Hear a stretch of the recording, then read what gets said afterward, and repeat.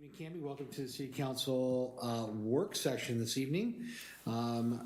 We are starting on time, which is great. And tonight for our work session, we're going to be having a discussion on our, I think, urban camping ordinance that we've visited back towards the tail end of, no, it was like fall of last year. Yes. Yeah. Late summer. Fall and summer, summer and fall. End of summer sometime. And so bringing it back here to revisit and hopefully provide some further language or direction so that we can get this in place. Yeah, and this is really a work session, and honestly, we're here to get input from all of you. In order to aid that input from you, I will kind of give you guys the lay of the land so that we kind of know what we're talking about. So first and foremost, a camping ordinance does not exist currently in Canby. And what we're really talking about, you have to separate out, we're not talking about private lands whatsoever, right? So there's a difference between public lands owned and private lands owned. And private lands always have what private lands have, which is the right to exclude, and people can always be booted off there, and if they don't leave, they can be trespassed, which is a crime. Public lands, the public has the right to be there to a certain extent. Some public lands we exclude people from.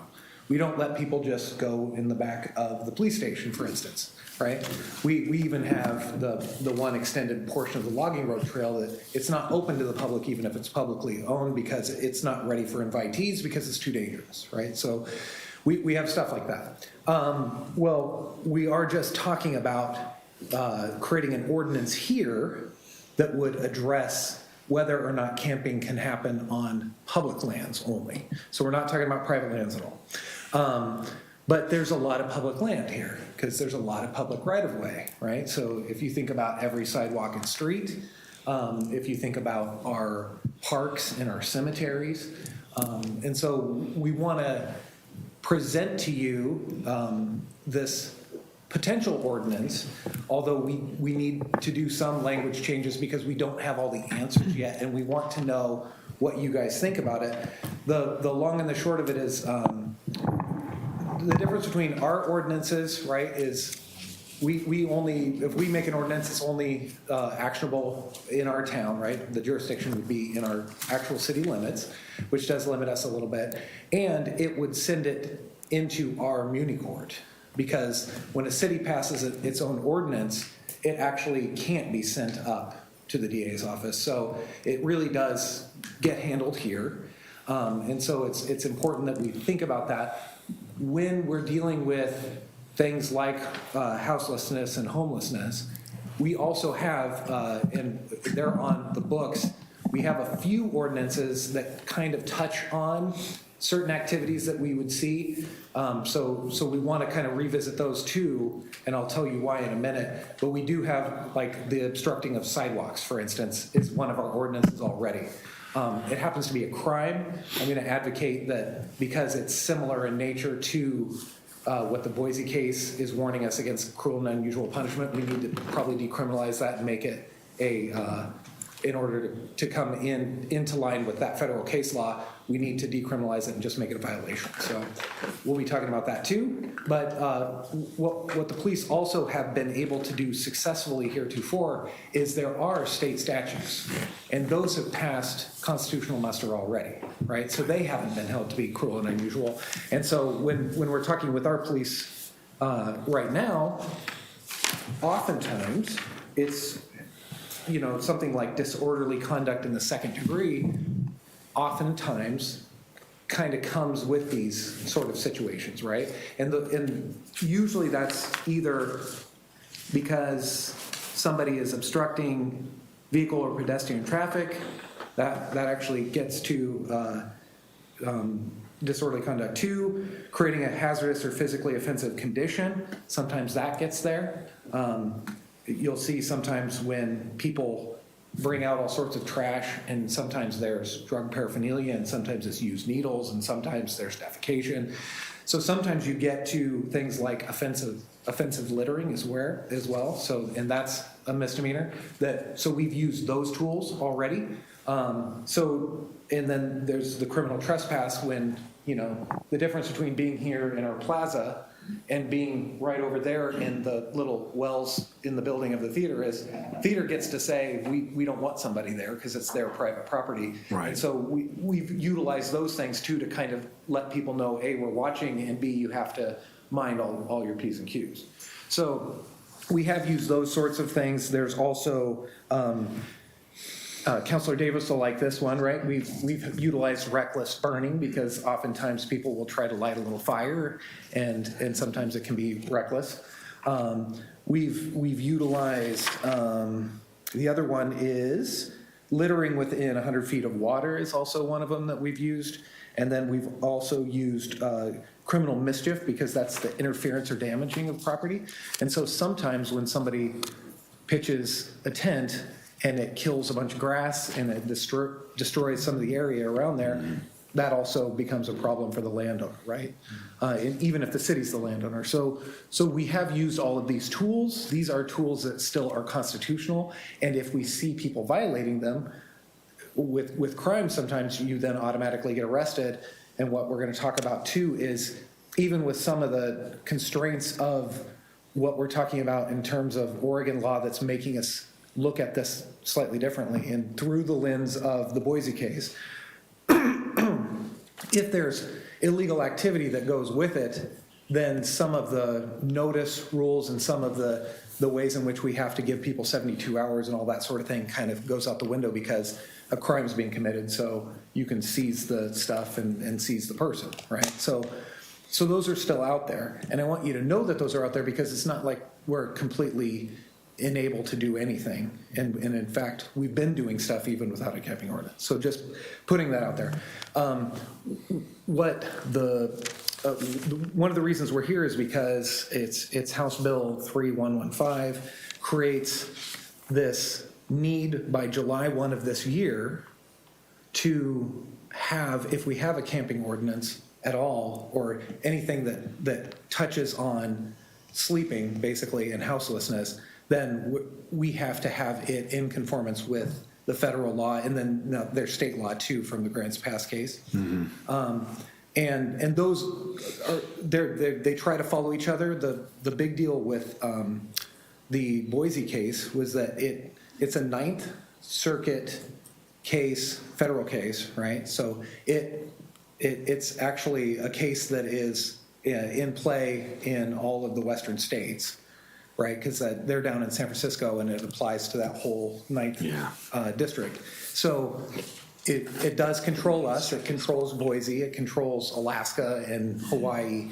And so it hasn't been challenged, and it has been cited and reaffirmed in a couple of different ways. What the Grants Pass case did is it not only said, where Boise said it's a violation of somebody's Eighth Amendment rights against cruel and unusual punishment, so that's the line of case. They're saying it's cruel and unusual punishment to punish somebody for sleeping because it's something you can't control. So if you don't have a house and you're eventually going to sleep, it's cruel and unusual to treat that criminally or even violate it without allowing it in any way, right? So if we're being reasonable people, and that's what this case is actually asking us to do, we don't want to be cruel and unusual for sure, but we also want to be reasonable, and reasonableness is going to be found in a little bit the eye of the beholder and in the community itself, right?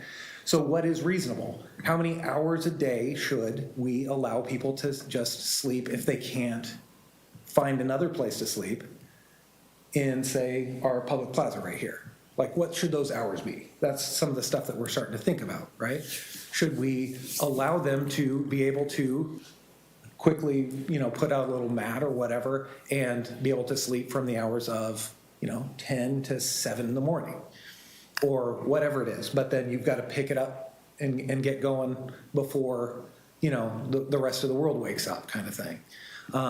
So that Boise case, what's important about it is that case, they had an ordinance against camping illegally, and what ended up transpiring is police kept going and citing people, and those people, what sort of came about is they have some homeless shelters there in Boise, and it's a little, the Boise didn't go as far as the court wanted as far as proving that these people could have availed themselves of shelters, right?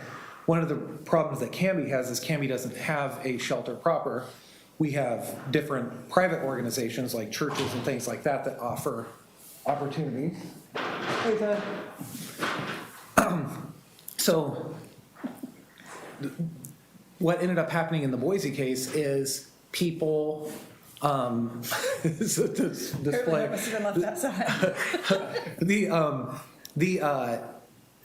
The Boise police and eventually, right, the government there couldn't prove that they basically weren't punishing somebody when they had the opportunity and didn't take it to go to a shelter. And importantly, that case ended up with fines that I think all of our ears should perk up. Is the result of that case ended up charging the city of Boise. They had to pay $1.3 million to homeless issues, and they had to pay $435,000 in attorney's fees, and they had to pay $5,000 to each of the people who were in the claimants in the case. So the real punishment wasn't the actual effect of citing homeless people as much as it was the idea that you're being cruel and unusual, and they wanted everybody to take that seriously enough that they made it 1.3 million to homeless issues, right? So the big lesson for me in that is I don't want this city to be the test case that says you guys are being unreasonable, you're being cruel and unusual, and therefore Boise didn't get it until they were, having to pay it 1.3 million, and so you're going to have to pay something that steep. So that's kind of the lay of the land legally. The Grants Pass case went so far as to say not only is you can't criminalize sleeping or punish sleeping, but there's pieces of sleeping that are important and that can't be separated from sleeping, like shelter. So heat and shelter became added on to that. So not only you can't just say, okay, fine, you can sleep on a bench, but no blankets and no sleeping bag and no tent, even if it's raining, right? So it got extended in Oregon to say you also have to allow, in a reasonable time, space, and manner, a way for somebody to shelter themselves and stay warm while they sleep. So that's the lay of the land. Right now, we don't have a camping ordinance, so literally we do allow that, but we allow it in kind of people try it, and then sometimes they're failing because they're on private land, or people try it and they do it in such a way that is so discombobulated that it's offensive littering as well, or disorderly conduct or whatever. So right now we just have to wait till they violate something else and then we act on it. Or we also try to work with people, because frankly part of this is about being humane, right? If we're trying to avoid cruel and inhumane treatment of people, the flip side of that is we want to be humane, which is we want to be nice to people, we want to work with them. You'll see different types of camping, right? You'll see camping where somebody just pulls in the shopping cart that you just saw. I'm not sure why it came in. It was left in the parking lot of a business. Oh, okay. It wasn't Fred's. Oh, I see. I didn't know if it was a statement because of the subject matter or not. No. I don't know. Maybe. It's Might apropos, serve I as a guess. reminder. But okay, so we'll see some of that camping where people just actually literally have some of their belongings in a shopping basket cart like this one back here, or you'll see the other types of camping like vehicular, and I know Councilor Davis was even asking about this week. So and that seems to be pretty popular, right? And George Tro and I have talked at length about some of the pitfalls of these sorts of things, because the laws now that have been codified have different requirements around if you take somebody's stuff because you've cited them for doing something wrong with their stuff, we're seeing that you have to keep it for 30 days for them. And so at a certain point, how much stuff can you keep, right? Do you have to keep their whole car for 30 days? Their whole, RV if you commandeer it because they're doing illegal stuff with it, or so I mean it becomes a bit of a sticky deal too. Once you decide that we're gonna hold a line on whatever, the consequences of that sometimes are the humane treatment of people, and what the law requires is that we're gonna have to then become custodians of their stuff for up to 30 days. So know that is happening. What I did back in the summer was I grabbed some of the language that Gladstone did because I thought it was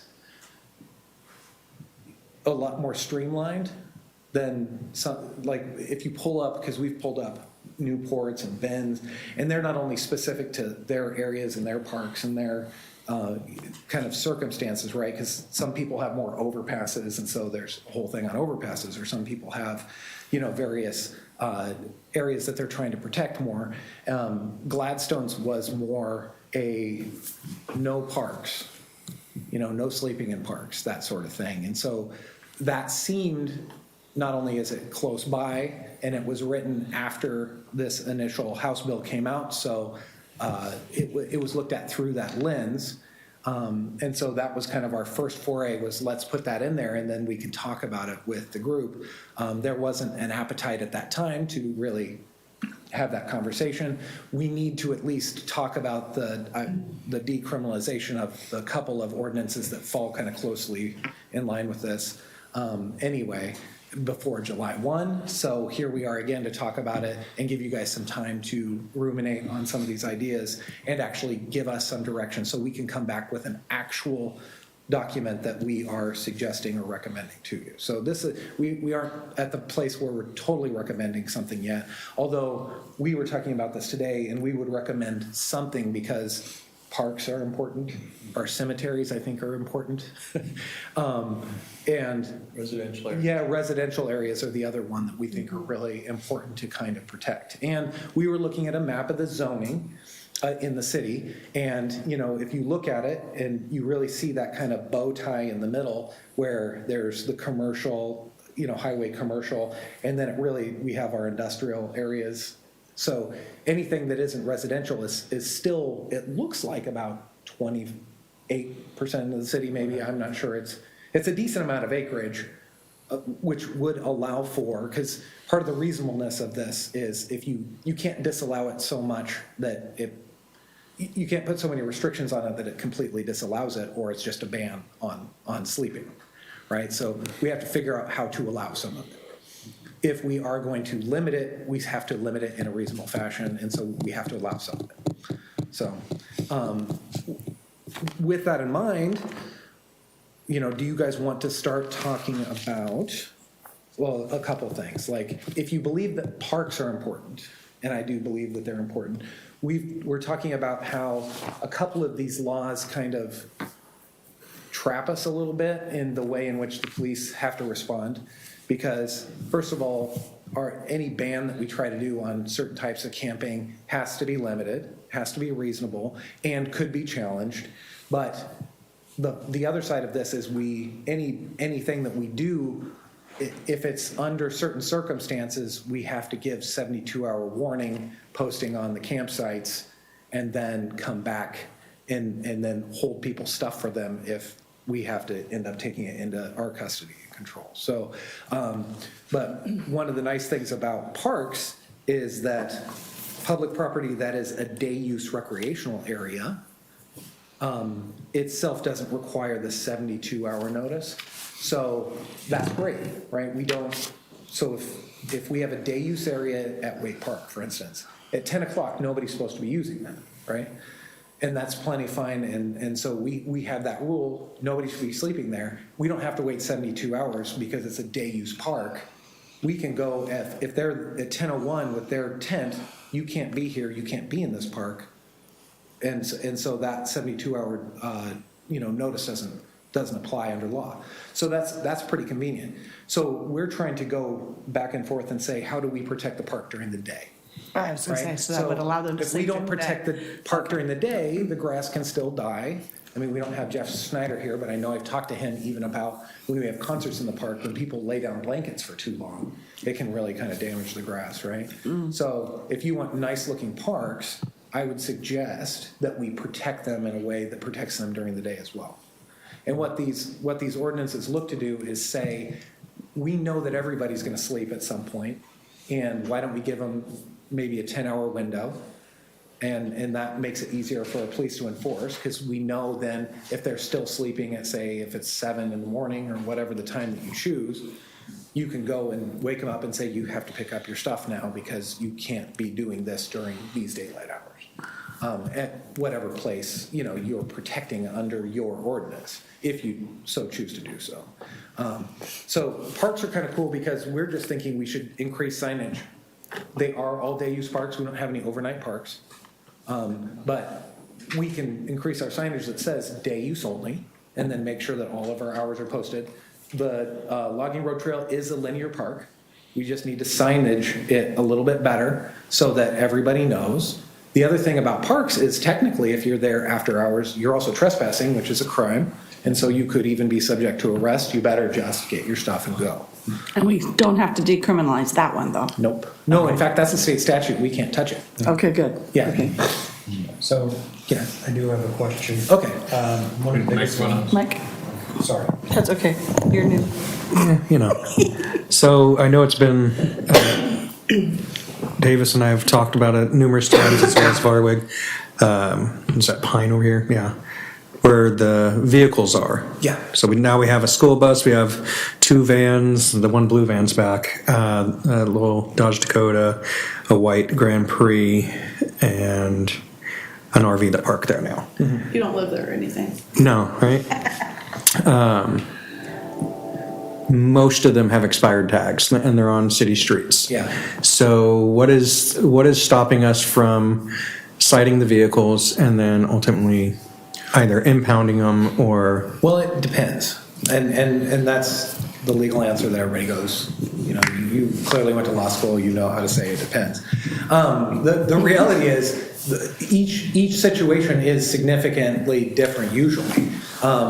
We have currently a parking ordinance that we allowed for 72 hours of parking. And part of that is because there are people all over the city that want to park in front of their house, say, and they want to have a 3-day weekend and not have their car towed because their neighbor complained about them while they've gone on vacation, you know what I mean, or whatever it is. So we're trying to strike a balance of livability for everybody.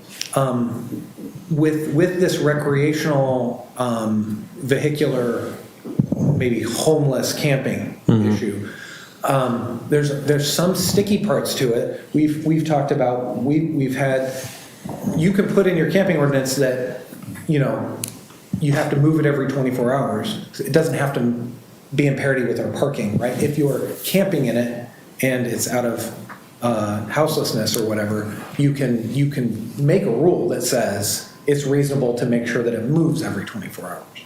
But how far do you make them move and how do you prove it? But that still doesn't take into account that their vehicle has expired tags on them. Well, Or so inoperable that's a with citation. Or inoperable, correct? Yeah. Well, and if it's inoperable, there's an issue with and there's some unknowns in the law right now. If they're truly living in it and it's their home and it's all their belongings, some of these statutes, depending on how aggressively you read them, would require us, if we do start to tow it, maybe we have to hold it for them for 30 days. Nobody wants to do that, right? The other issue is we ran into a situation with motorhomes where it was going to cost us, $10,000 because no tow company wanted to take it because they don't want to eat it on the back end. So it's a little bit of a frustration.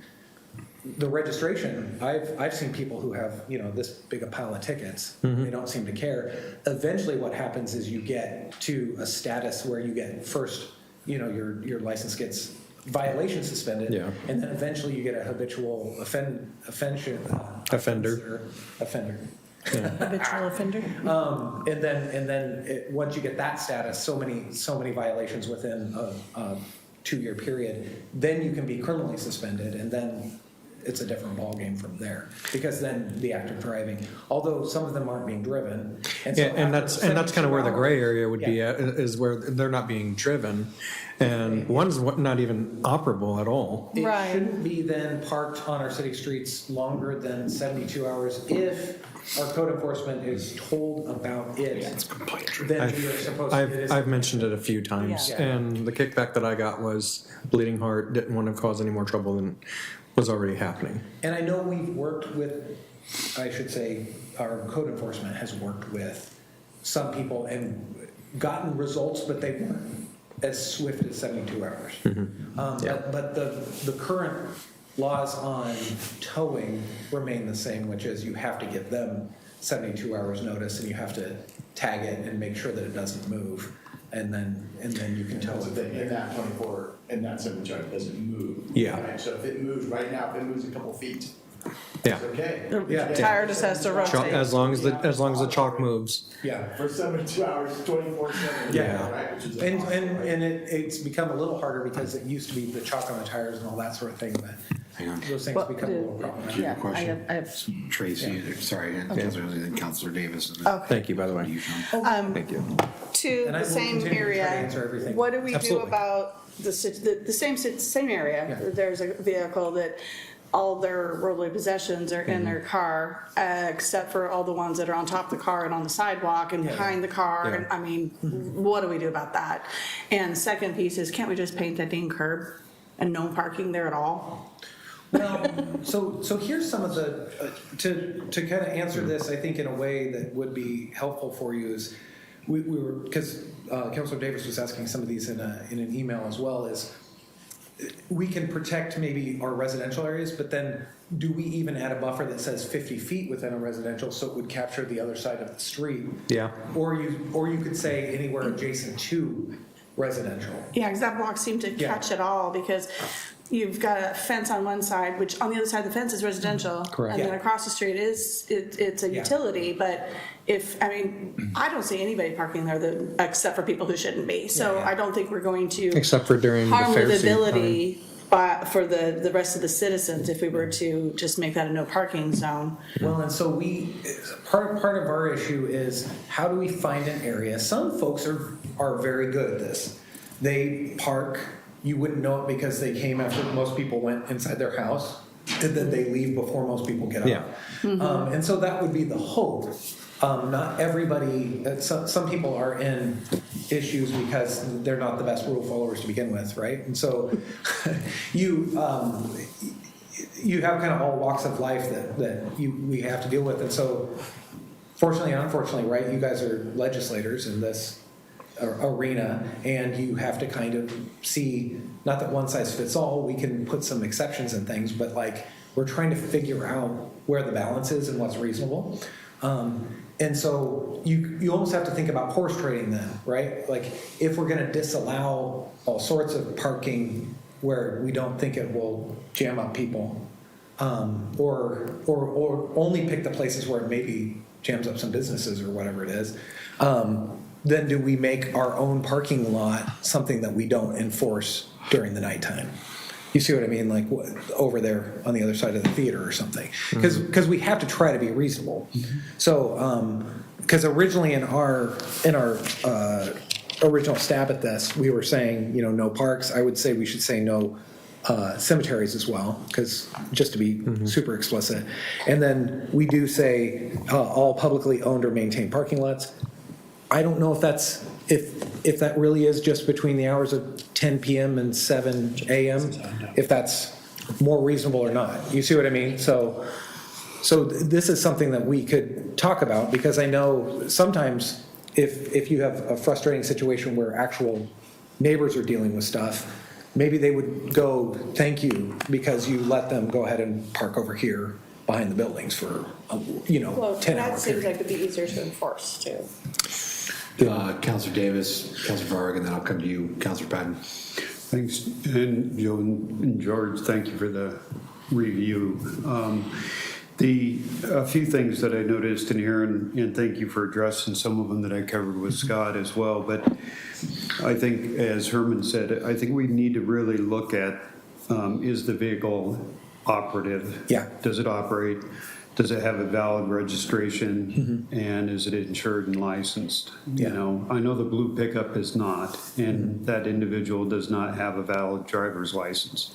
He actually has to push it 20 feet forward to meet this so-called movement of vehicles, which to me is, and if we need to address the ordinance of 72 hours, we need to address that ordinance and change that, because 72 hours is ridiculous as far as being able to roll your vehicle 20 feet forward and wait another 72 hours, you know? And so my input would be that the vehicles, first of all, that could fall under the ordinance under definitions of a vehicle, you know. Although Just- it can't, the let me- state if I statute could- does allow. Yeah, if I could finish. Yeah.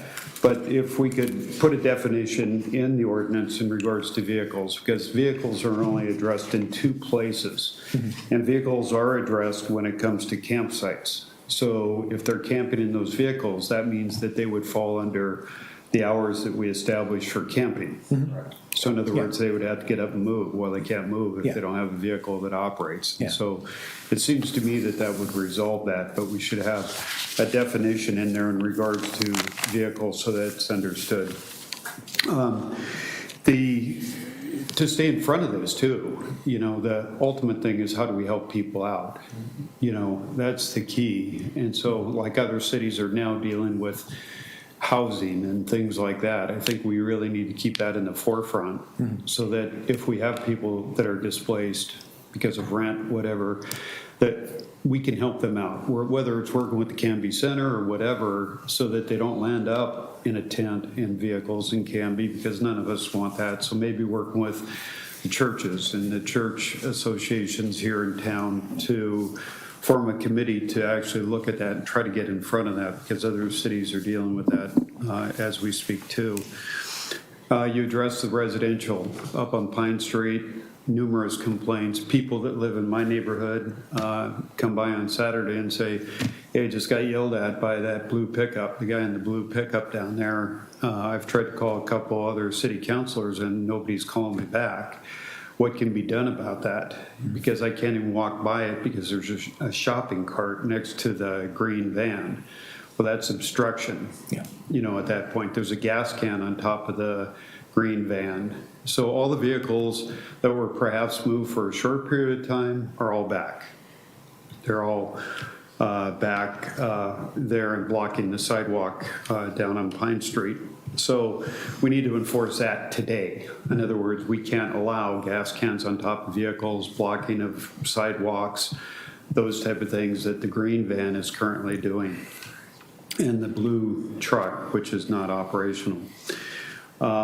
You addressed the logging road. How far off the logging road is considered public property? Because the one recently that we had off of Township was off the logging road down towards the railroad. I think PD dealt with that and we're able to get them to move, but I think we need to address that in the ordinance too. What does that mean? What's the distance of that logging road? Well, and so here's the thing, if it's on public property, it would be controlled by whatever ordinance we come up with. If it's off onto even partially railroad property, then the railroad would have to say they can't trespass. Although frankly, the railroad kind of has a standing law, it's called criminal trespass 1, because railroad property shouldn't be, you're only supposed to cross it perpendicular at actual crossings. Yeah. So technically, if it's on the railroad property, it's a crime. Yeah. Well, I know Canby PD's done a good job with clearing the ones on the bike trail and stuff like that, so I'd like to make sure that that's clear. In the ordinance, it talked about alcohol in parks. Yeah. We currently allow alcohol in the parks. We only allow alcohol for permitted city events like the Oktoberfest. We permitted them to do it. And approved by all. And approved by OLCC. Situation, right? Yeah. But one of the issues is we have two ordinances. One is just alcohol in public, and the other, which is a crime, and then the other is alcohol in the parks, which is under the park statute. And I would say that's one that is thrown in just because, to me, it seems odd that we're trying to go towards festivals where, people have clearly drank this summer in the park. It's weird to jam up somebody's occupation by giving them a crime for doing the same thing just for, and I give people the most drastic example. I don't think this would happen, but it could, is that if you were down at Community Park and you had a 6-pack and you put it in your car and you drove it down to Community Park and you saw a sign that says, "Oh, no alcohol in the park," right? So you go, "Okay, I'll leave it in my car." You're technically still parked in the park. You're technically still committing a crime, which I think is a little harsh. We could make it a violation. Right. Yeah, so I mean, that's why that is there. Is because if you're looking at, because this is the same exact miscellaneous page in our codes. And so I pulled them all out to say, all of these are crimes. Do you still want them to be if we're talking about this other stuff? Because the one that I wanted to highlight is obstruction of sidewalks, because that seems to me to be a direct, almost on point with the Boise case, in that if somebody is lying down or sleeping on the sidewalk, you can't make it a crime anymore. No, but I was talking. But you can about make it a violation. Their stuff. Yeah. Their stuff is obstruction. Oh, correct. Well, and here's the thing. You can still, if people are obstructing pedestrian traffic or jamming up ADA, then we can even charge them with up to the crime of disorderly conduct too. So it depends, most of those cases are literally where somebody, usually it's somebody having some sort of episode, is actually trying to stop people from even coming down the sidewalk, are usually where you get the disorderly conducts. But technically speaking, if you're disallowing people the free flow of movement along what is supposed to be a corridor for everybody, then you're running afoul of a lot of different rules. Right. Yeah. I think ultimately, we need to look at the safety of our citizens, right? And that's the key to it too. I understand the rights of the people that are houseless or homeless, but when people can't even walk by them because of fear of being attacked or yelled at or whatever, which is happening on Pine Street, then that's when we need to address that. For sure. And then we have that modular home, and those people are complaining too of the noise brought on by those vehicles. So that's a residential area. So I kind of like the idea of, let's move them over to, the industrial area if we have to.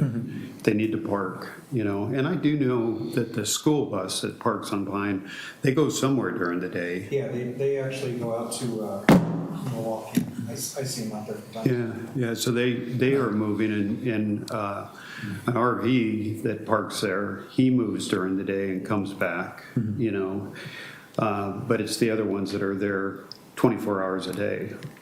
And so what I'm hearing from, I think, everybody is that we want to protect the R1, the R2, and the R1.5 zones, and even maybe the adjacent, street length away from it, so that you don't have that weird moment where you're technically in an industrial, but there's houses all on this side.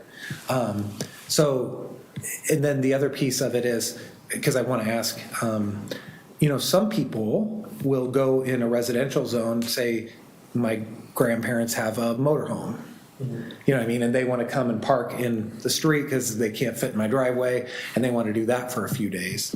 Do you guys want some sort of exemption that says the express written consent of the landowner or something like that? What I think would be a good idea is, in cases like that, especially, and we can probably even use this for Pine as well, permitting.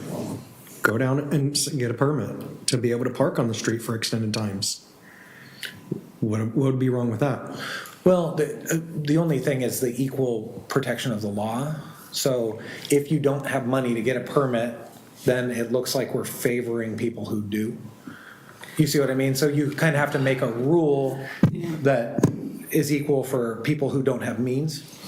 I think the express written consent of the adjacent property owner. It's my mother-in-law that's spending the night kind of thing versus. Yeah. somebody. Well, and it would only become an issue because we're still complaint driven to a certain extent. So you see what I'm saying? So somebody would be able to say, hey, this is my, relative, and if you need us to write the letter, fine, here it is, if that makes sense. Counselor Barwig and then Yeah. Counselor Patton. I'd like to own an NFL team. So if somebody who has money can own an NFL team, I should be able to as well without money. Sorry, that's my sarcasm speaking. About the permit? About Yeah. the permit, yeah. Going back to the Pine Street situation, the fact that we haven't painted that sidewalk and put up no parking signs, I believe we've already done a disservice to our community. It is clearly a trouble spot. I don't see any reason why we shouldn't be able to do that, and why we haven't done that. There are going to be some spots like that around our community where it is going to attract that type of stuff. It's a long stretch of road, no homes, backs up to a fence. We owe it to our citizens to protect that, right? That's somebody's backyard. So we need to do that right away. And to say that it's cruel and unusual to put that, bogus. Don't believe that one bit. We can give them places where they can go. We can help find areas, but I think that we need to put no parking signs immediately and paint that area of the street and put no parking there. That's just my personal opinion on it. We're letting stuff happen there that we should be not letting happen. Counselor Patton, you've been patient, sir. Patient Thank you. Yes, thank you. So I read through the ordinance here, and I read through the other documents, and the things that kind of stood out to me are this. We understand that this is a problem. We now have 6 months to do some sort of action on it. It is unfortunate that it was not worked on before this point, so at least the ball was somewhat rolling forward, but now we've got to really kick this ball because July 1 is going to come really fast. For me, the thing that I get the most out of the document from the legal cases is that if we are going to make some sort of restriction, we have to be able to back that restriction up. So if we are going to create no parking areas here, there, and anywhere in the city, we need to be able, if we need to be able to back that up. If the morning comes and there are 40 vehicles that are illegally parked in these areas throughout the city, whether it's people who are homeless or not, the city has got to be able to move them within a reasonable period of time. Otherwise, we will run afoul of this. We will run afoul of these laws that they are creating because we will not be enforcing the rule equally across everybody who is violating it. So that is the thing that really sticks out to me about this is we can talk about particular streets and we can talk about particular vehicles or people, but to me, we got to look at this holistically across the entire city. You know, what are we going to bake into this ordinance so that every area is covered? And if we're going to make a restriction to say, you know, you can put up a shelter in, you know, the parking lot, or you can park a vehicle here for a certain period of time, we're going to have to hire people to track that and then immediately enforce it when people run afoul of it. And that's not just homeless people. That's people, if I park my car on the street, if we want to change it so people can't park for more than 72 hours on the street, you know, if we change it to 24 hours, you know, if I park the car in front of my house and I don't move it, then, you know, my car should be towed just like a homeless person's car should. So I think to me, that is something that we really need to be careful about. I think we need to work with Public Works and figure out that whatever we put into place, how we're going to handle the stuff. So obviously, if we're going to create this ordinance and we need to collect their things and hold on to them for 30 days. we now need to be figuring out what that process is going to look like. Is it going to go to Public Works? How is it going to be? Is it going to be photographed? Is it going to be cataloged? How are we going to keep track of it? How are we going to make sure that we're keeping track of the 30 days so that we can get rid of it when it's no longer, when it's past that time? What's going to be what is the potential cost of dealing with the stuff that we end up having to throw out, because it's going to create a fair amount of waste. So I'd like to see some information and some thoughts from Public Works and police on how something like that might look like if we move towards that sort of language in the ordinance. I feel really bad for these folks. And I think we need to be reasonable, and, if someone needs to set up a tent or lay down a mat or something, allow it in certain areas. But I am very much for making sure that after a certain period of time, they need to move, because they cannot be blocking the sidewalks. They cannot be making the parks unlivable for the members of our community.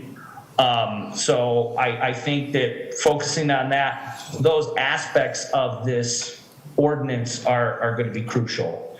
I am for, protecting the parks and especially the cemeteries. I really would not want to see someone camping in a cemetery. I think that is very disrespectful to those people's final resting place. So I am definitely for protecting those areas, but at the same time, we need to make sure that we're sort of what I get out of reading this language is that if we do that, we need to designate some areas where this activity can occur. Because if we start saying you can't do it here, you can't do it there, you can't do it here, you can't do it there, eventually it's going to get to a point where we are excluding it, and we could end up with a lawsuit. And I don't want the city to be sued over something like this that we could have avoided. Let me see here. What else did I have written down? Page 13. This is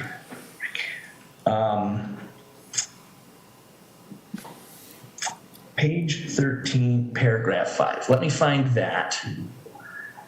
8, 9, 10, 11, 12, 13. I got to jog my memory here. Paragraph 5. 1, 2, 3. No, that's page 12. Sorry. 1, 2, 3, 4. What does it say? HB 3124 specifies the requirement contained therein apply to establish site. It fails to define what constitutes an established campsite, with no clear definition of what the word established means. So the read that I get from this is we need to really be careful of, how we establish what is and what isn't a campsite, and whether that means we bake in dimensions of what constitutes a campsite, so that, if they come out of violation of that we have some recourse of action. But if we do, those space requirements need to be, reasonable to maybe the size of a tent, or a tent and a bag next to it is something that sort of struck me as part of this as well.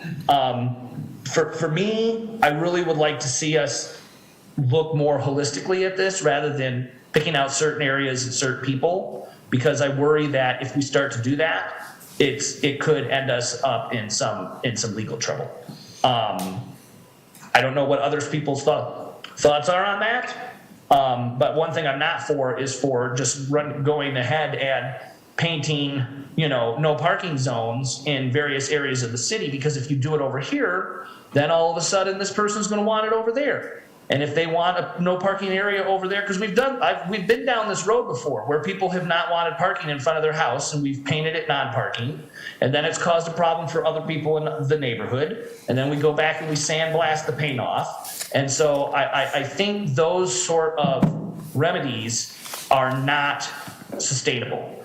Creating an ordinance which covers as much of this as we possibly can, to give police and public works and whatever agencies need to execute these things is what we really need to do. And start to make a plan for what are we going to do for the services for these people when they need them. working with the church and churches and working with Canby Center is great, but it's very specific in here that if the city partners with a group that puts some sort of restriction based on their beliefs, that it will run afoul of these rules, and could land the city in a lawsuit.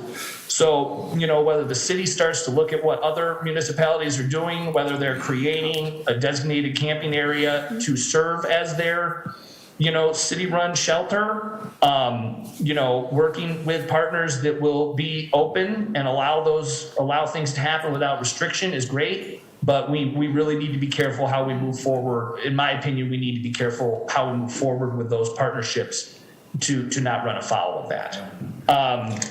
That's most of what I had as far as just trying to look at this from a 10,000 foot view for now, and coming up, so that the city can kind of come up with some more wording in that, and also bringing this back to the table pretty quickly.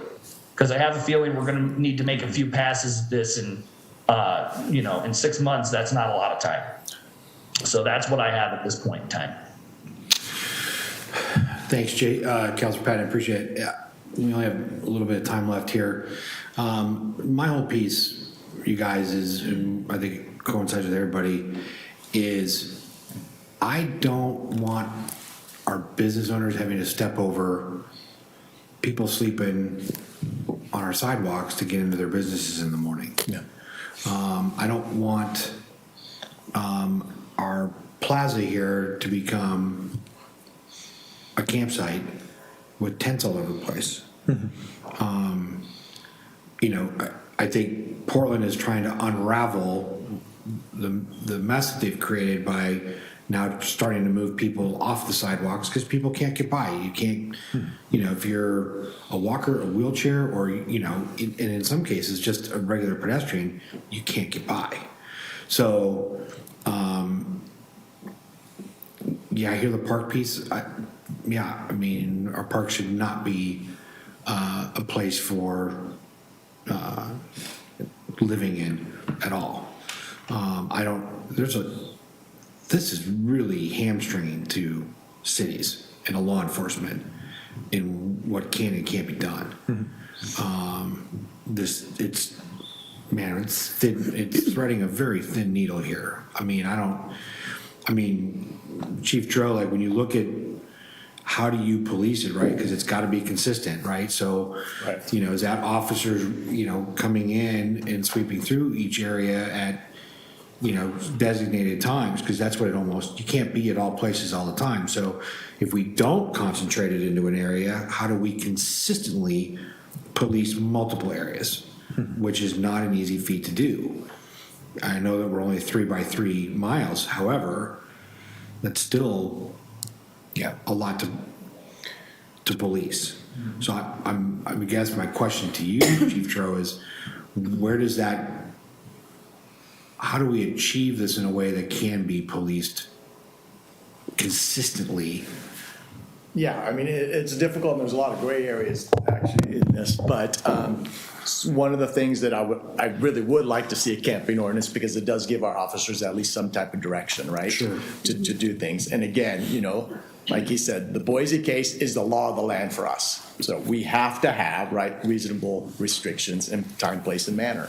So if we have we can't restrict everything, right? So I think what Joe suggested of keeping residential parks, cemeteries, so we're restricting those because we believe that those are important things to restrict, and then allowing a reasonable, restriction in other places, right? So some certain times or whatever. Fortunately, we do not have a lot of homeless in Canby, right? So we do have, right now staffing to look at areas so if it's right here, if it's our plaza, if it's our parking lot, our officers could go by, our code enforcement could go by. But I think we do need definitely direction for what the restrictions are, because right now it's vague.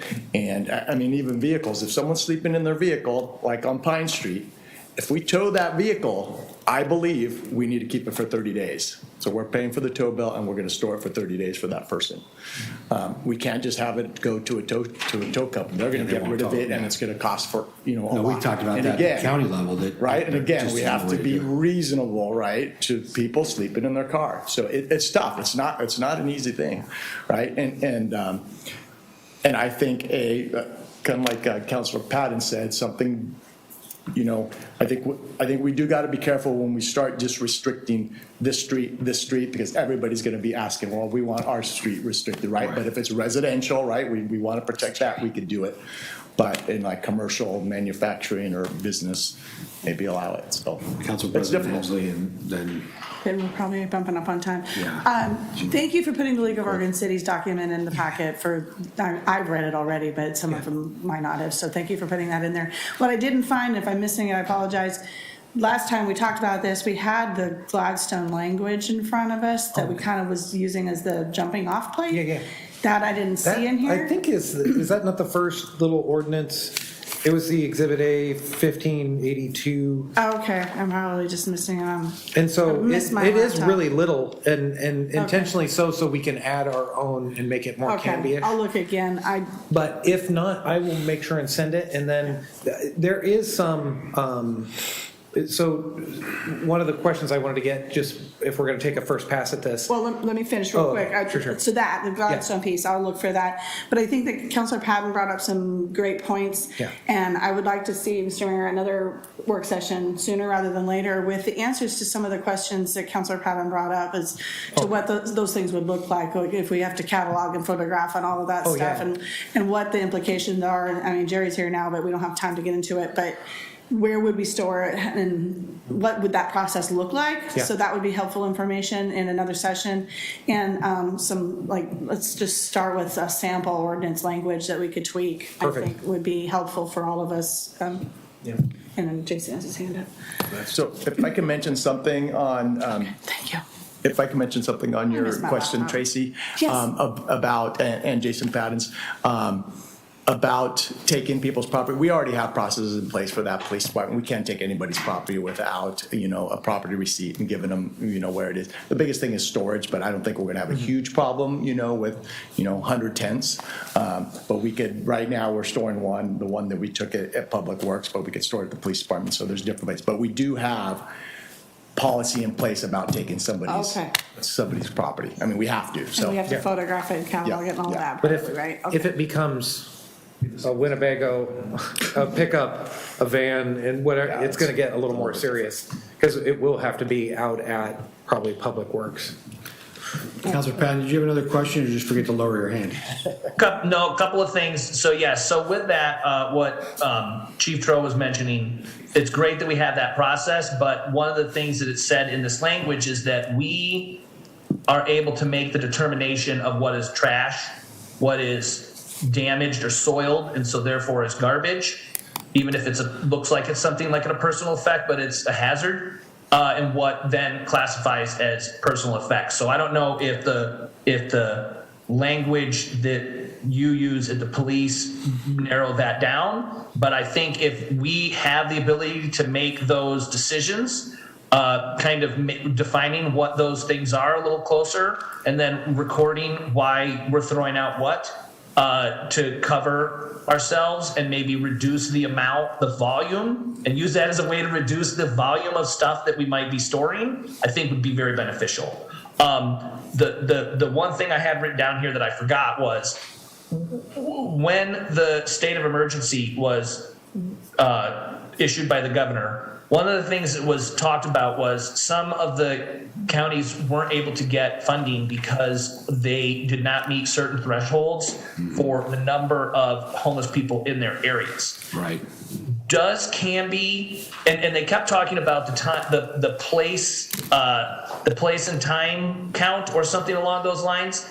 Does Canby do, to me, it seems like if funding to fix this problem is based on a calculation of how many people you have in your city or area that are experiencing this, it might be beneficial for the city to create some sort of plan on how to count individuals that are experiencing this. and start to build some of that data so that if in the future funding is based on the number of people in your community that are experiencing this, we have some data so that we can then work to secure those funds and get sort of ahead of the game in that way. And what I know Canby, at least several years ago, Canby had a fairly large unhoused minors or teens population. That has come up in conversation as well, is that a lot of times those folks aren't included in these counts. And so how can the city sort of create its own way of monitoring these things so that we have that data and can say, look,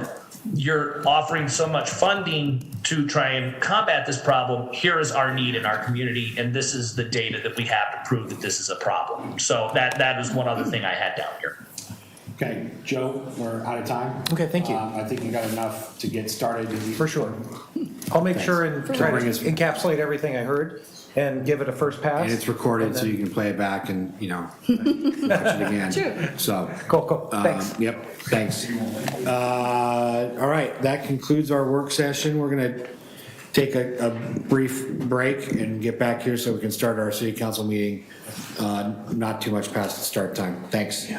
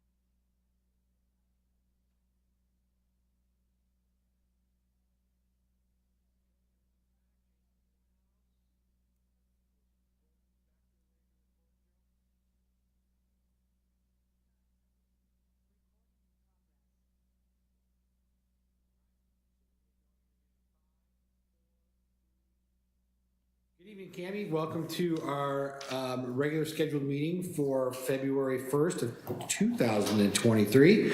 If you'll please stand for the invocation and then the Pledge of Allegiance.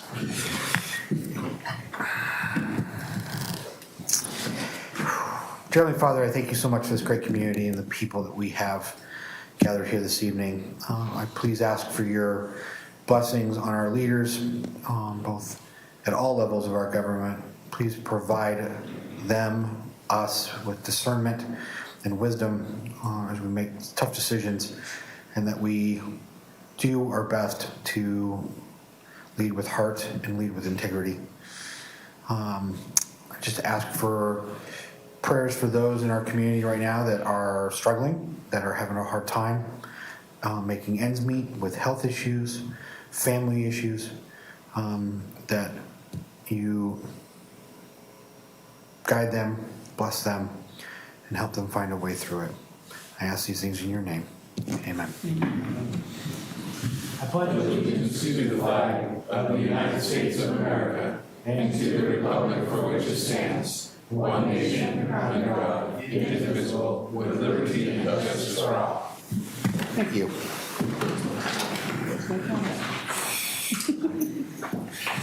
Next on our agenda is new staff introductions. Scott, do we have some? We have one, Mr. Mayor, and good evening, council. Would like to introduce to you Robbie Boyce. Robbie, if you want to stand up and just be embarrassed for just a minute, although Robbie's wife just told me a couple minutes ago I could, if I wanted to, really embarrass him, but we'll take it easy. Should we have him come up to the desk here and talk to us? Put him on the spot. Robbie is the newest member of our Canby Parks team. He's a parks maintenance worker, started in December for us, and we're really happy to have him on board. He shared some of his kind of background and bio with me, and I want to pass on some of those sentiments to you. Robbie tells me that after discovering how much he enjoyed public service while formerly working for the city of Portland, he came to the conclusion that his positive attitude and work ethic would be better put to use in a smaller, more community-driven setting where the team's hard work and efforts truly make an impact, and he wants to help make the city of Canby an even more beautiful place to live. And he also asked that I pass along his thanks to the city council for your being welcoming this evening, and he's happy to be here, and he looks forward to his time with the city of Canby. So we're very happy to have you, Robbie. Thank you for being part of our team. Welcome.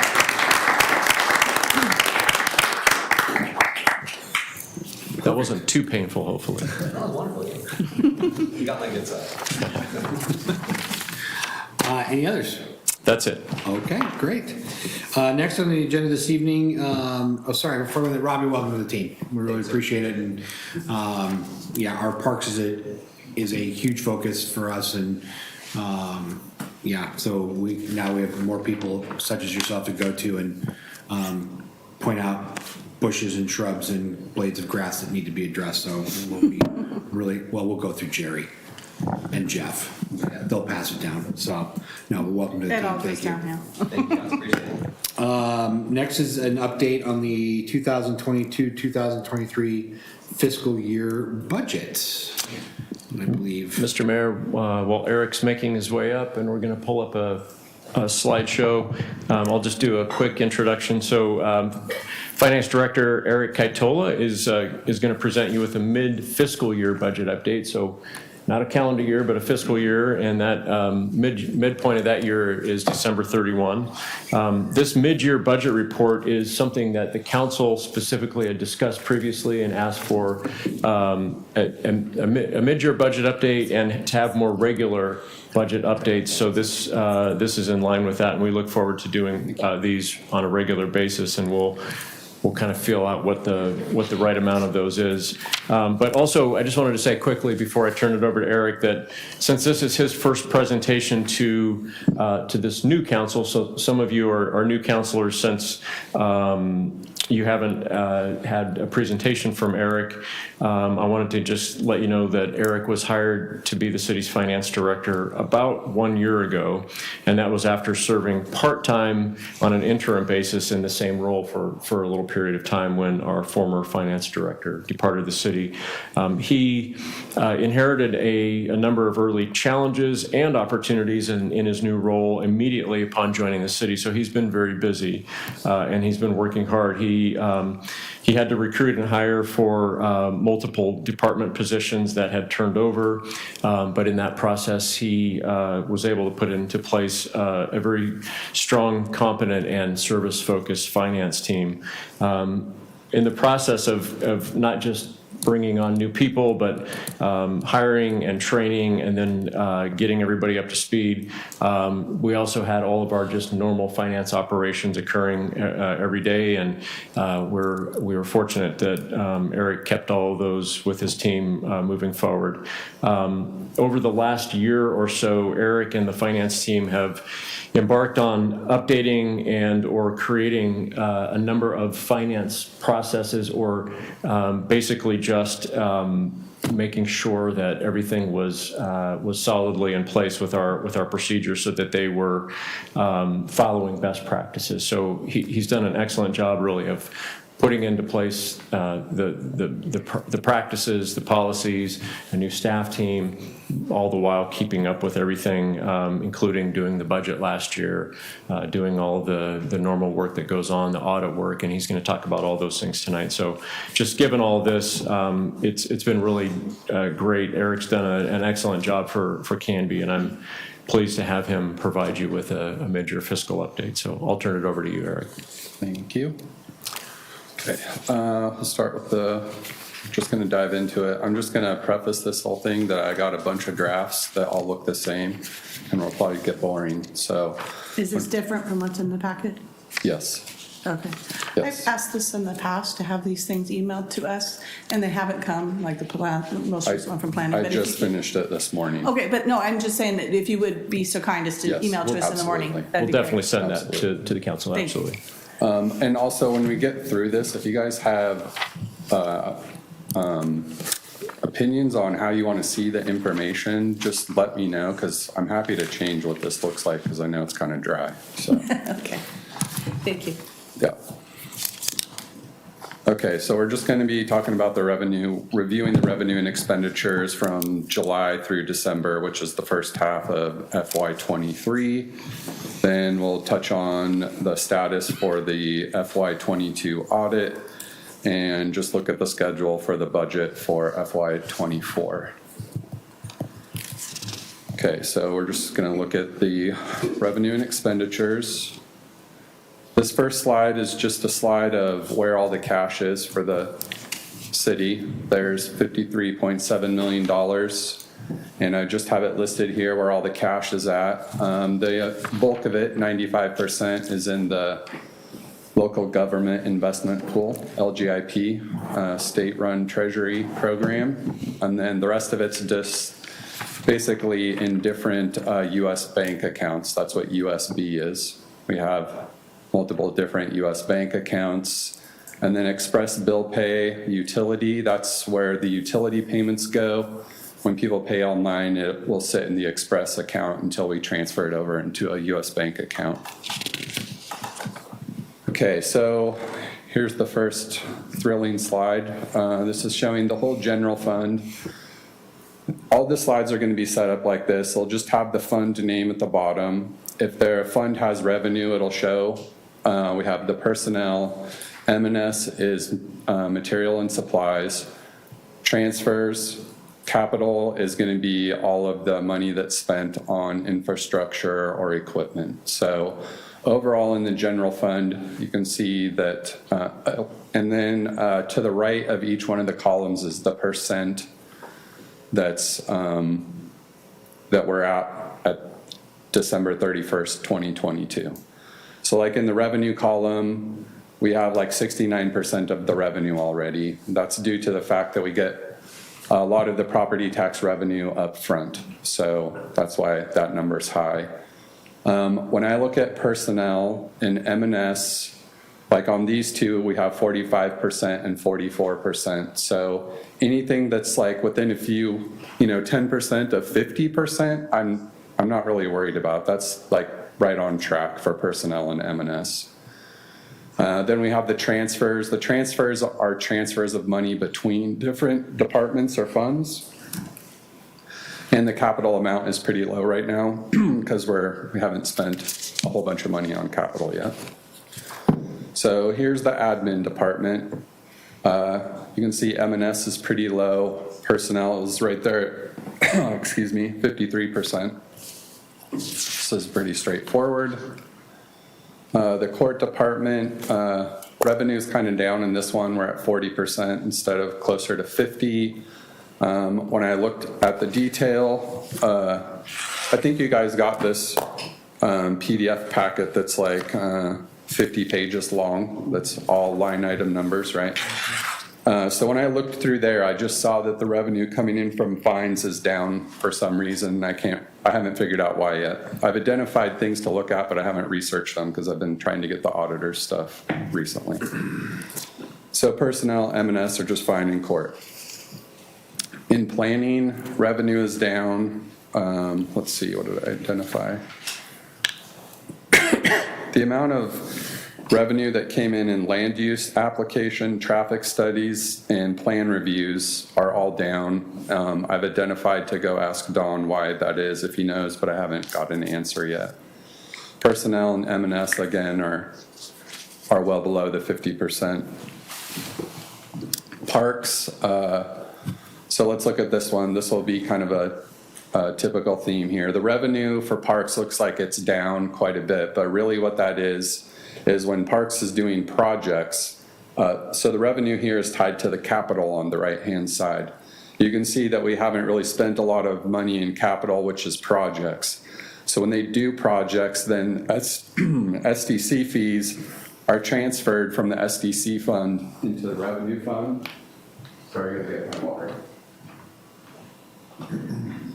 So we haven't really transferred any of the SDC funds, which is why the revenue looks down. But the park maintenance fees is the other piece, and that's right where it should be. So personnel and M&S are right on track, and capital's low because we haven't done a lot of projects yet there this year. Building department, revenue is really good. 73% of the revenue is already in. Personnel and M&S are right at 50% along with transfers. So this is real straightforward. Police, revenue, personnel, M&S, capital are all right around 50%. So this is right on track. The cemetery, same thing. Revenue, personnel. So the M&S is high on this one, and I went to look at it. And I don't know why my throat is hurting. The mausoleum lift broke and they had to buy one. That wasn't budgeted for. It was an emergency, well, an unexpected thing. So they ended up having to buy the mausoleum lift, which wasn't accounted for. That's why the M&S is higher here than expected. Finance, revenue, personnel, and M&S are all right in line. Economic development, everything here is right in line as well, right around 50%. HR, risk management, personnel's good. M&S is a little high. Let's see, what did I write down? Oh, the M&S is high because all the liability insurance was paid up front. So that's why it looks a little high here. The library, the revenue looks like it's down, but the library gets like $1 million check from the county, and it came in January. And since this is only through the end of December, it's not showing in here. So revenue is really, for January, much higher than this. Personnel's a little higher because there's some personnel issues in the library, I believe. M&S and the transfers are all right where we would expect. I'm sure you guys know that the library and the cemetery perpetual care do that $500,000 transfer back and forth in the year. So the $500,000 hasn't been transferred out of the library to the cemetery yet because the money from the county hadn't come in yet. Here in streets, The revenue and capital bars are the same thing. So the revenue looks like it's down, but it's not really because the capital projects haven't been reimbursed with SDC fees yet. So that's what's going on. Personnel is a little high, M&S and transfers are right in line. Fleet services is like all 50% right across the board pretty much. So this is right as we would expect and hope. And here's a system development. These are the SDC fees. So you can see the revenue and the SDC fees. We're already at 74% of the revenue we were expecting in SDC. So we're doing really well with the revenue we're generating there. And we've only transferred out 7% of what we're expecting to transfer out of the SDC fund for the projects, the capital projects that we have slated to be completed. Transient room tax, gotten plenty of revenue, and M&S is a little high, but there's really not that much activity that happens in this account, so there's nothing to be concerned about. It's the volume of transactions that happen in here are pretty low, so I would, probably 3/4 of the transactions that are going to happen all year have already happened. So Do we know why that M&S is high? I don't know the specifics, but I can tell you if you want to know. Okay. Let's see, let me write that down so I don't forget.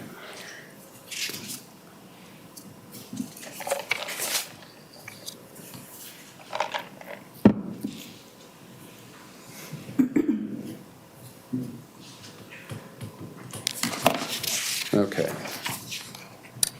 Facilities, everything's pretty much right in line here. Revenue, personnel, M&S. This is the forfeiture fund. This is kind of a strange one. As I reviewed this account, some years there's no activity. The most I ever saw was one transaction a year in here. And it's basically another entity, like the state is withholding forfeiture money or whatever, and then they just kick us a check now and again. So I haven't seen a check this year. There hasn't been any activity in the forfeiture fund. And well, there might have been a check, but not by the end of December. Okay, I saw you looking at the cheapo. Look at the cheap, hey. Hard to predict. Hard to predict. Every year it is. IT fund, this is all pretty much right across the board. Revenue at 50%, personnel and M&S just a little under 50%. Transit, here the revenue and capital bars again, left and right, are showing the same thing. We haven't done the capital, and so the SDC fees haven't been swapped over. Personnel, M&S, and the transfers are all right in line, right around 50%. The swim center, revenue looks really high in the swim center, but that is because most of the revenue in the swim center comes from property tax revenue, which came in November. Most of it comes in November and December, so there we go. Capital, they just haven't spent the money on the projects yet, so that's why it's so low. Again, personnel, M&S, transfers, all right where we would expect or lower. Okay, so the urban renewal district. So this is the general fund. Revenue and capital, again, same deal. Projects haven't been done, so money hasn't been transferred. M&S right where we would expect. This is the URD debt service fund. Again, the revenue is really high on this one because it's all property tax based and most of the property taxes come in. Transfers is pretty low because transfers are related to transferring money out related to projects, and most of the projects haven't been done yet. And debt service is super low because all the debt service payments are done right at the end of June. So this will basically stay just like this until the debt service payment is done in June. Okay, and then we have the sewer combined fund. This is all of the departments in sewer. Revenue and capital, same thing with the SDC fees. The capital projects haven't been done, so SDC fees haven't been transferred. But I can tell you, let's see. Let me get you a percentage of how much revenue has come in based off of the sewer billings.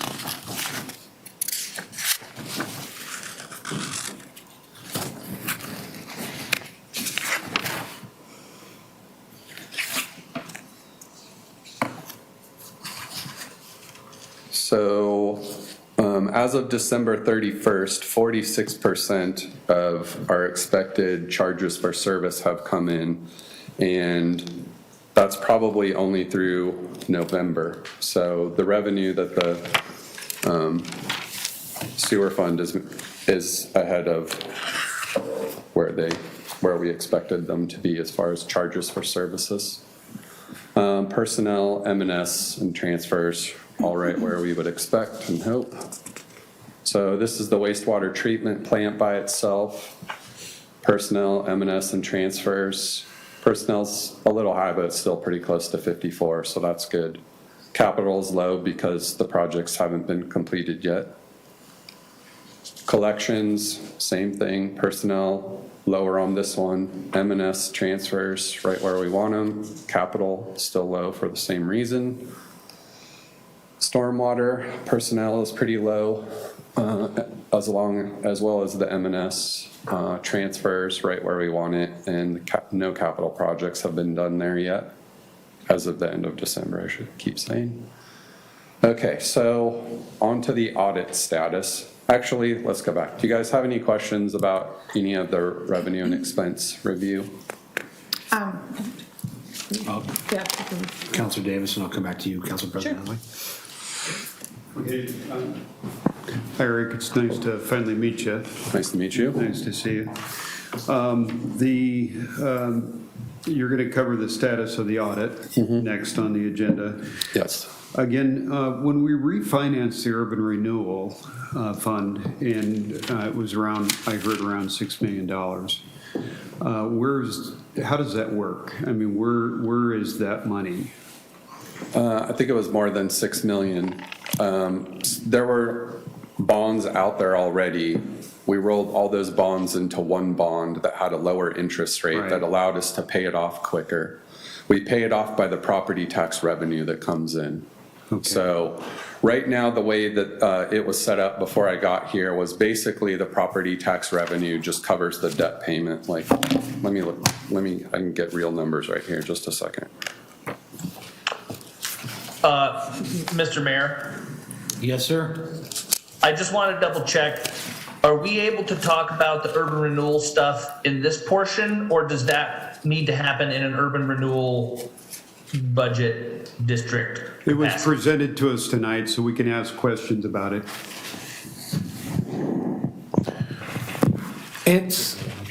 It's part of, the information that's provided. You can wear a city councilor hat and talk about urban renewal. You can't take any action as an urban renewal commission without first becoming the urban renewal body. Okay, I just wanted to double check. Thank you. Yeah, you bet. So basically, the debt payment is $4 million. We have to pay in June.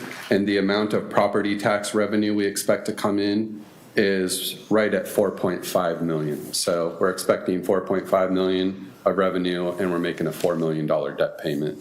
And the other 500,000 is used to pay for other stuff, projects and transfers for the economic development. Okay, so did we actually make revenue by refinancing?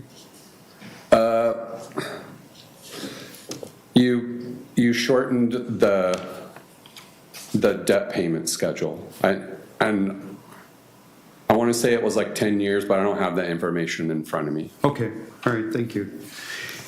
All right, and the balance of the park maintenance fee again, I didn't quite catch that. Yeah, let me look it up here.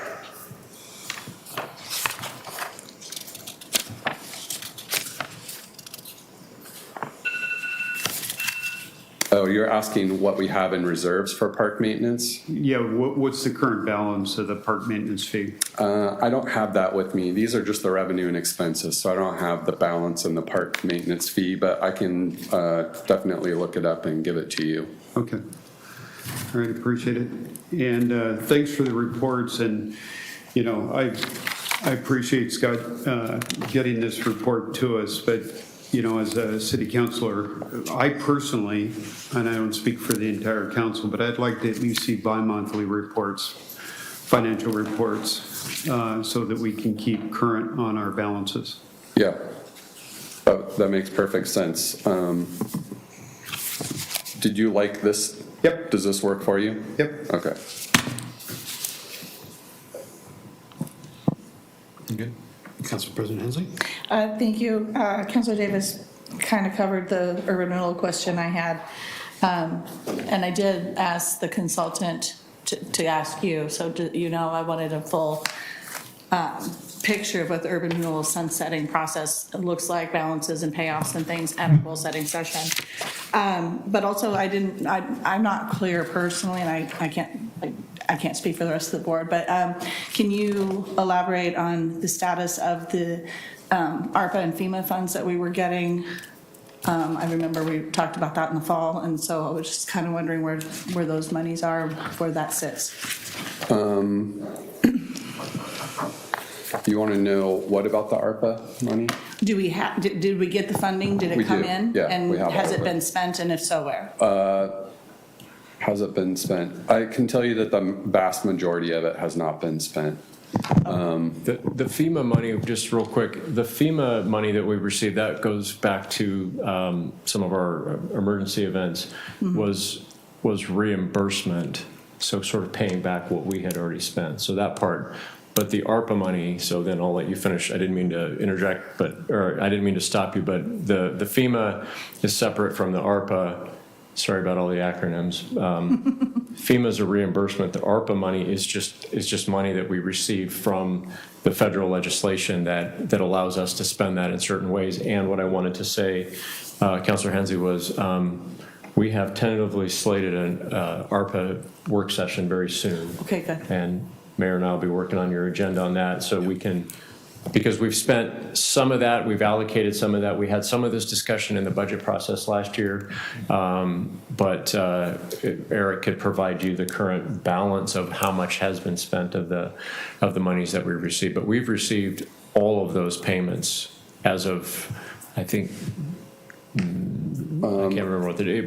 We've received all the payments from the federal funding. The ARPA money came in two payments of pretty much $2 million, a little shy of $2 million, and we got them last August and the August before. So that money's here, and I can't really guess at how much we spent. I have it documented, but I don't know what the number is right now. But it's not even like $1 million, right? I want to say it's small. Like a small piece. Okay. Well, if there's a meeting plan that we're going to get a clearer picture, that's fine. All that data can come to us then. Can I The interject only- as well? There's the 2.96 million that was also gotten through the state, our state. James Heeb helped get that for us for Walnut Street. And so that's also sitting there waiting on top of the other amount. Right, I knew that, yeah, I saw that, I knew that where that. But that's sits, technically so. ARPA as well. The only other question I had was the M&S, back to your slideshow there, M&S on the cemetery.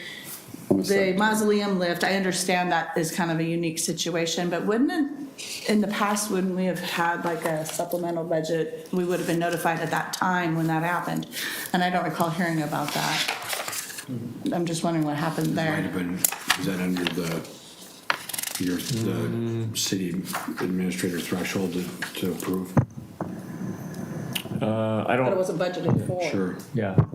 Well, I don't recall the amount, but and Eric, you can shed more light on that. But if we're not overexpending our budget at that time, and if it's within my authority, then I can approve that. What typically happens with the with the expenditures like that is that Eric would bring back a supplemental budget as we gauge, like, are we really actually going to go over that budget line or not? So when we have an unexpected expenditure, sometimes we'll sit on that for a while to make sure that we're actually going to overexpend a budgeted line item, because we may not need to bring that action to you. So, But at 143%, that seemed like it might have needed to come to us at the Wow, time. but it's the yeah, what I dollar, looked- the dollar amount is. What I saw that was the mausoleum lift was like 32,000. Okay. Yeah, Okay, that's all I have right now. Thank you. okay. Did you have something or later? Later. Okay.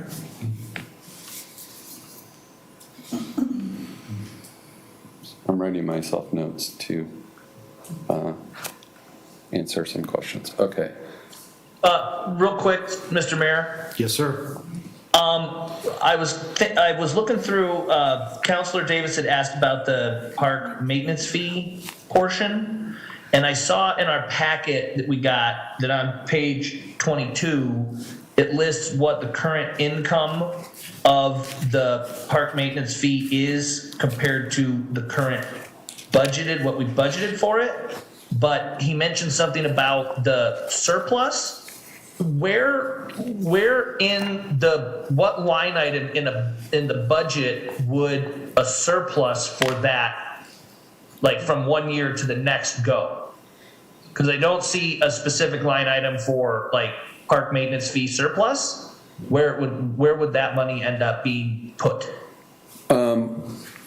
So what I brought and what's shown in this packet is only the revenue and expenses. This is not showing the assets, the fund balances, the restricted fund balances, liabilities, the fund equities. They're not in here. I just wanted to provide like the straightforward thing that we could talk about with revenue and expenses, because this is, showing what's happening for this year. So Okay. I was just curious because I could see what was coming in for park maintenance fee, Right. but when Councilor Davis had mentioned something about what might be left over from like revenue from previous years, I didn't know where that would live. So if I could figure out where that is at some point in time, that would be great. that's the fund. That's the fund balances that are. Well, that are there's noted. different types of fund balance. There's restricted fund balances, which are where monies that can only be spent on certain things. There's unrestricted, which you can spend on anything.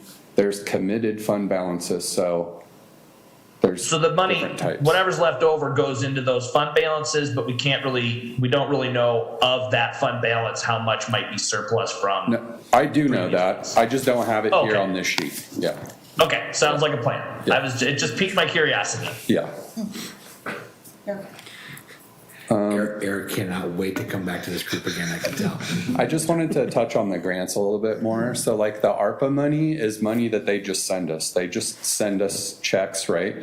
And when it first came out, we were gonna be restricted on what kind of things we could spend that money on. And we were gonna have to turn over reports proving that we spent money on those types of things. But then the government was like, basically gave you the option to use that money however you wanted. But I think it's not my decision on how to spend that money, right? So that money is like being set aside and trying not to be touched so that the people in charge can figure out where to spend that money, right? Then the FEMA money, like Scott was saying, like the city already spent money dealing with the disaster, the ice storm and stuff. And so that money comes back as just repaying dollars that were already spent. And then the ODOT money that's coming for Walnut Street is coming with restrictions. You can only spend this money on certain things. So we have that money, and I have to submit reports every quarter to the state that says where we're spending that money. Just so you know. Thank you. Yeah. And I like Counselor Davis, bi-monthly. I would actually be okay with quarterly, but I do think we need to do this a little more often than we have been doing. So Right. thank you for this tonight. Okay, if there's no questions, I'll go into the status. You're good. Okay, so the FY22 audit status, so that's the year that ended in June of 2022. Normally, audits are due to the Secretary of State by December 31st. That would have been, a month ago. But I applied for and received approval from the Secretary of State to extend turning in the audit until March of 2023. The cause of delay is just the incredible staff turnover that happened, the extreme delays we dealt with in filling positions that were open, and the training of the new staff. You know, we've really been focused on getting the critical tasks done, like paychecks, paying bills, and doing all the other stuff that needs to happen in the city. So we just couldn't get the work done in time. So the audit will be turned in by March. We are working on the audit. That's what I'm doing now. I've turned over the bulk of the stuff to the auditors, and I'm working with them daily. So any questions on that? We're still on track then to meet Yes. the new deadline? Yeah. The FY 2024 budget status, which is the budget we're working on next. The worksheets for that are underway in finance. I've saved them all to the new folder. I'm filling things out, making the estimates that are my responsibility. Data and the requests from the directors will be coming in anytime now through March, and I'll be putting that stuff into the budget. Then the budget documents are created and distributed during April. The budget committee meets in May to look over that stuff, and the public meetings and adoption in city council happen in June. And one additional comment on that. So of course, we have our council goal setting coming up here in about a week and a half. And we like to try to capture the council's goals as best we can and tie those to our budget. So the timing of this works out quite well because we have plenty of time to take your directives and, you know, if you're going to refine or change the current goals and update those, we're going to capture that as we work into the next year's budget, so that if you have things that you want to start in the next fiscal year, we'll work on that. So the way this process works with the goal setting is intentional, that we do that in time for us to put that into the budget hopper and see if Eric can figure out if we have enough money to pay for the things that you would like to do.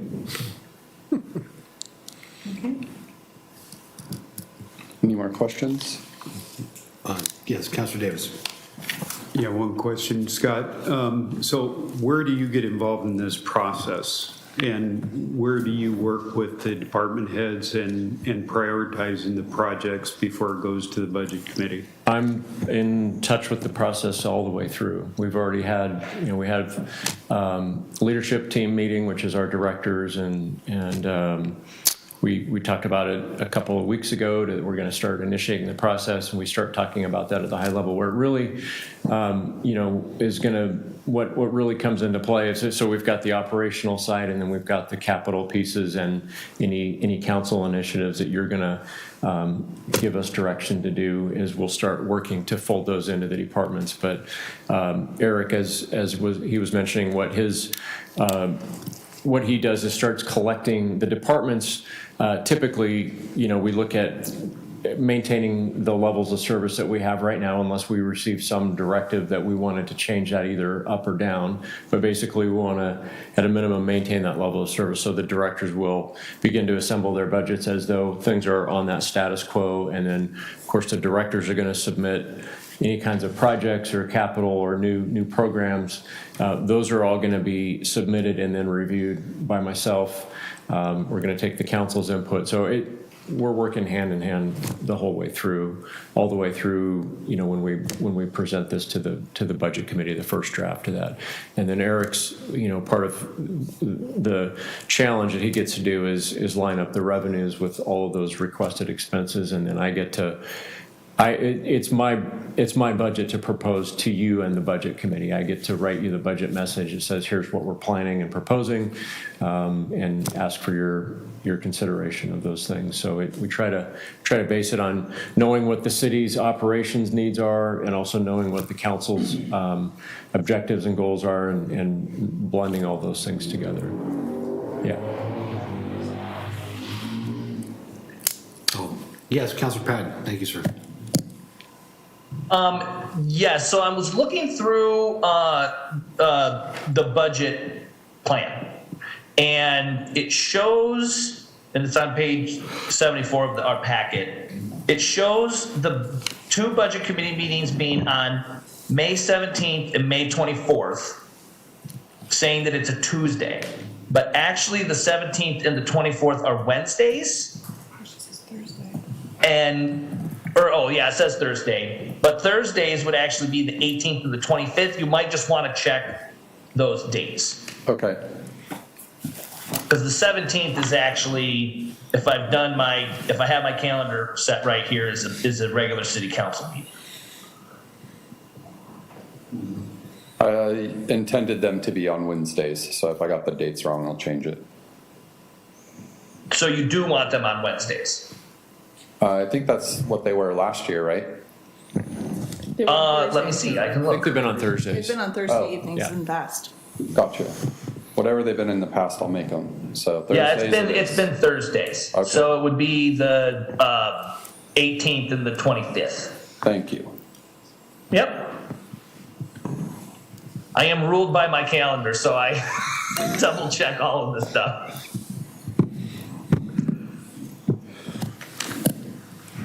Yes, Councilor Verwey. Eric, thank you so much for the update. It's I know that numbers can be dry and boring. I am not good at them. I don't love them. I am very thankful for the people who I employ to do my numbers for my businesses. So thank you for the update. One thing that I would love on these mid-year updates is if we could somehow include our full budget committee. So I don't know if we need to have that as a budget committee meeting, or at least send a note out with a personal invitation for our budget committee to be present at the council meeting when we're going to do the updates. I do think that it would have been a good thing for our budget committee to have been updated with this as well. Yeah. And then, I agree with Councilor Davis and Council President Hensley. More often getting the numbers would be great. So if we could do it, maybe even with the bi-monthly reports that we already get. I don't know if that's a good time to start sending those numbers as well. Yeah, we'll shoot for that. I appreciate that. And again, thank you. Yep, thank you. My pleasure. A comment and a question, if I may, Mayor. Yes, sir. I'm sorry. The comment was, thanks for the feedback on the budget committee. We did invite them to participate, or not participate, I'm sorry, we didn't, it's not a joint meeting, we didn't advertise that way, but we invited them to attend or to listen, just to let them know that we were doing this, just so you know. But that's not quite all the way to what you're saying, which is a joint meeting. So point taken there. And then that was, I wanted to ask the council a question. I think we're getting a good sense of your direction, is how frequently to do these. And the follow-up question is, I think including them in the bi-monthly reports could be an easy way for us to do that, so we don't have to create, more stuff for your packets other than when those are already kind of on those dockets. The question, though, is, do you want a presentation with those, or do you just want the information regularly? And we'd be happy to do either. But at a minimum, though, I think doing this mid-year budget presentation is a good idea, and I would recommend that we continue to do something to this level for that, just because at least once a year in the middle of the budget we're talking to you, and perhaps it becomes a joint meeting. But just, is it information in the packet, and then we note that, and then if you have questions you let us know? Yeah, my thought would be just send us the information in the packet, and if there's anything glaring that might be outstanding that might look weird to us when we're looking at the numbers, maybe I think either you or Joe could update us on that. I don't know that Eric would have to come. Yeah, we can just make notes to you. Unless it needs a further explanation from the guy that knows the numbers. Yeah. Or include an explanation of those anomalies before they send it out. Council President Hensley, then I'll come to you, Councilor Patton. Yeah, that's basically what I was gonna say, is the bi-monthly report is a great place to put this information. And if it's in our packet ahead of time, then if we're doing our jobs, we'll have those questions to you in advance. And if there's a bunch of us asking the same question, maybe a presentation in order, but it could probably just be answered via Scott. But I do like this at least once a year, the mid-year presentation, and having the budget committee involved. Great. That's all. Unless you just like coming and hanging out with us, we're kind of a fun group. Councilor Patton. I think he has other options. Councilor Patton? Yes, so I agree 100% with Council President Hensley. That's essentially what I was going to say, is that if enough questions arise individually of counselors, that could trigger a presentation like this. And that is actually one of the things on my list to bring up during our goal setting session, is that we in the future include, we have a separate meeting for the mid-year budget review that is similar to our regular budget committee meetings, where we go through this in more granular detail with the entire committee. Yeah. Great. Great. Well, that part of it, I wanted to, thank you for the feedback. That's very helpful, because that's one of the things we wanted to do, was get a sense of how you would like to see that information. So going forward, we'll just look to include a written report in your in your bi-monthly reports. We'll note anything that is, some kind of a highlight or needs to be noted. And then I will look to do these mid-year reports as a joint meeting with the budget committee, is what I'm hearing. Wonderful. And I just want to say that any of you can get a hold of me at any time. I'm happy to answer questions, whatever you have. I might not be able to do it right away, but I'm happy to answer any questions. My door is always open, email, phone, whatever. Great, Eric. Thanks. Appreciate the update. My pleasure. Thank you. Thanks, Eric. Next on the agenda this evening is an opportunity for citizen input and community announcements. It's an opportunity for the community to address the council on non-agenda items. And if you are wishing to address the council, there's yellow cards on the back podium. You can fill them out and hand them to Maya, and you'll get a chance to talk. Or you can, if you would rather Zoom in, please just reach out to our city recorder by 4 o'clock on the day of our meeting, so that we can get you teed up. The only yellow card I have this evening is Mr. Greg Perez about the Casey Charities. Hello, sir. Mr. Mayor, you need a 3-minute time on this. Excuse me. I've got the time. Good evening, Mr. Mayor. Good evening, city councilors and city staff. I'm Greg Perez. I live at 121 Northwest 12th Avenue here in Canby. And I just wanted to let the council know and the community know that we have our 26th annual crab dinner and auction coming up on February 25th. And we will be opening up the doors at the fairgrounds at 4:30, and it will shut down at 10. We have a lot of items online for the silent auction, and we have a lot of items for the oral auction. Majority of the monies goes to the charities here in town, high school scholarships, Canby Warmth program they have at Cub, and so forth. So it's a good time for the crab dinner. It's all fresh. We call in the order on February 10th. It's not frozen and being brought in. Just want everybody to know that it's fresh. So anyway, spread the word, and we appreciate it. And thank you so much for my time. Thanks, Greg. Thanks, Good to see you. I was trying to steal you more time. I know you were. All right, next on our agenda is the approval of the consent agenda. Mr. Mayor, I move to approve the consent agenda that includes the minutes of the December 7, 2022 City Council regular meeting and the minutes of the December 21, 2022 regular meeting. Second.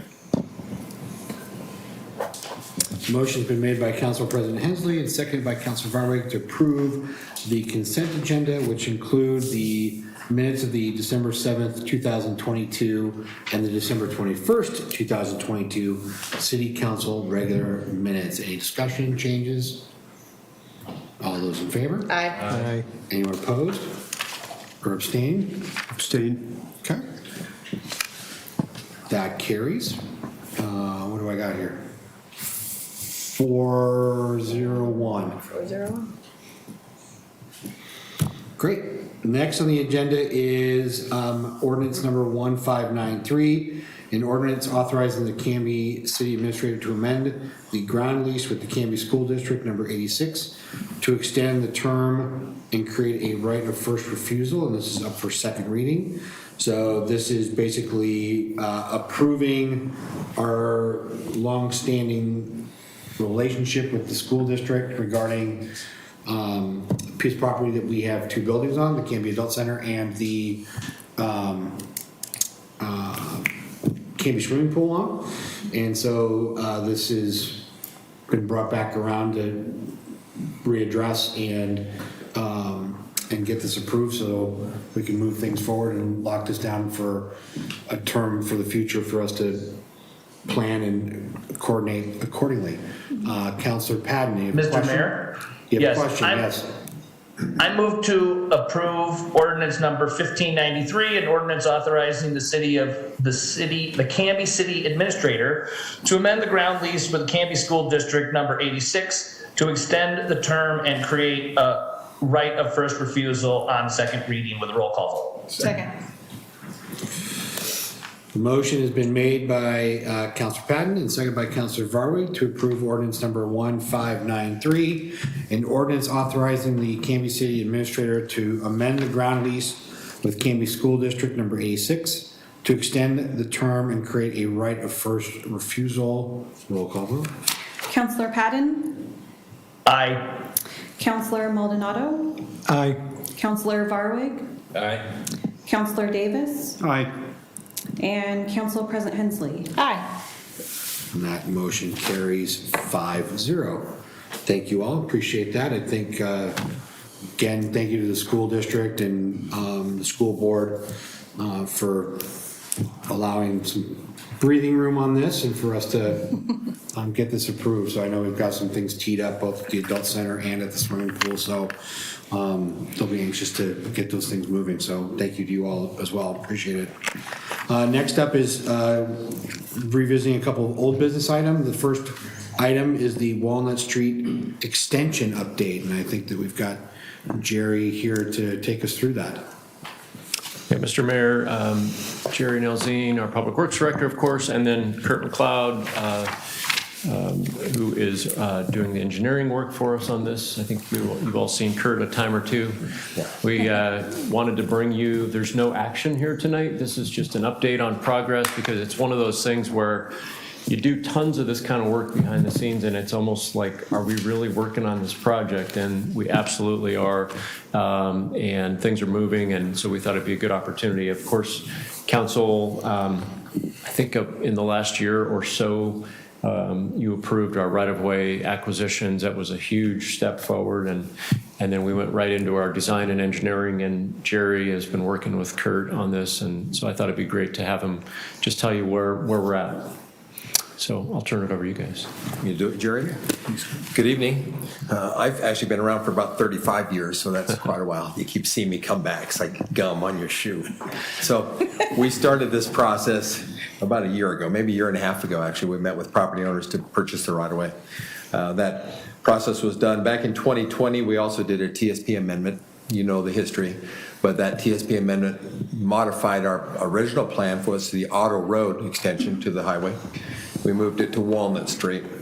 So our current process is we're going through the grant of access process with DKS. They're doing the primary amount of the work as a subconsultant to us and working with ODOT.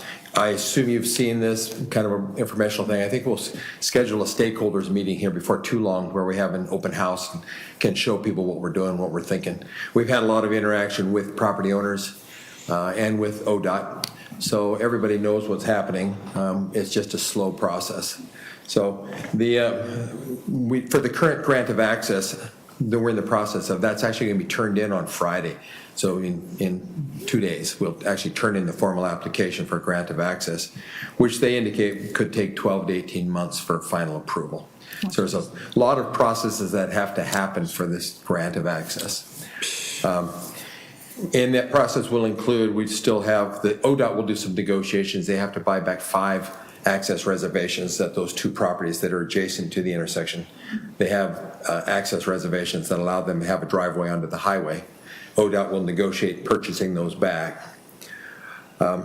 And then the grant of access application gets approved by the regional engineer, and then it moves on to the state engineer. So at each stage, they will send it back with comments and changes they want. We'll make revisions and turn it back in. So I think we're well into the process, and optimistically it will be into construction in 24 and 25.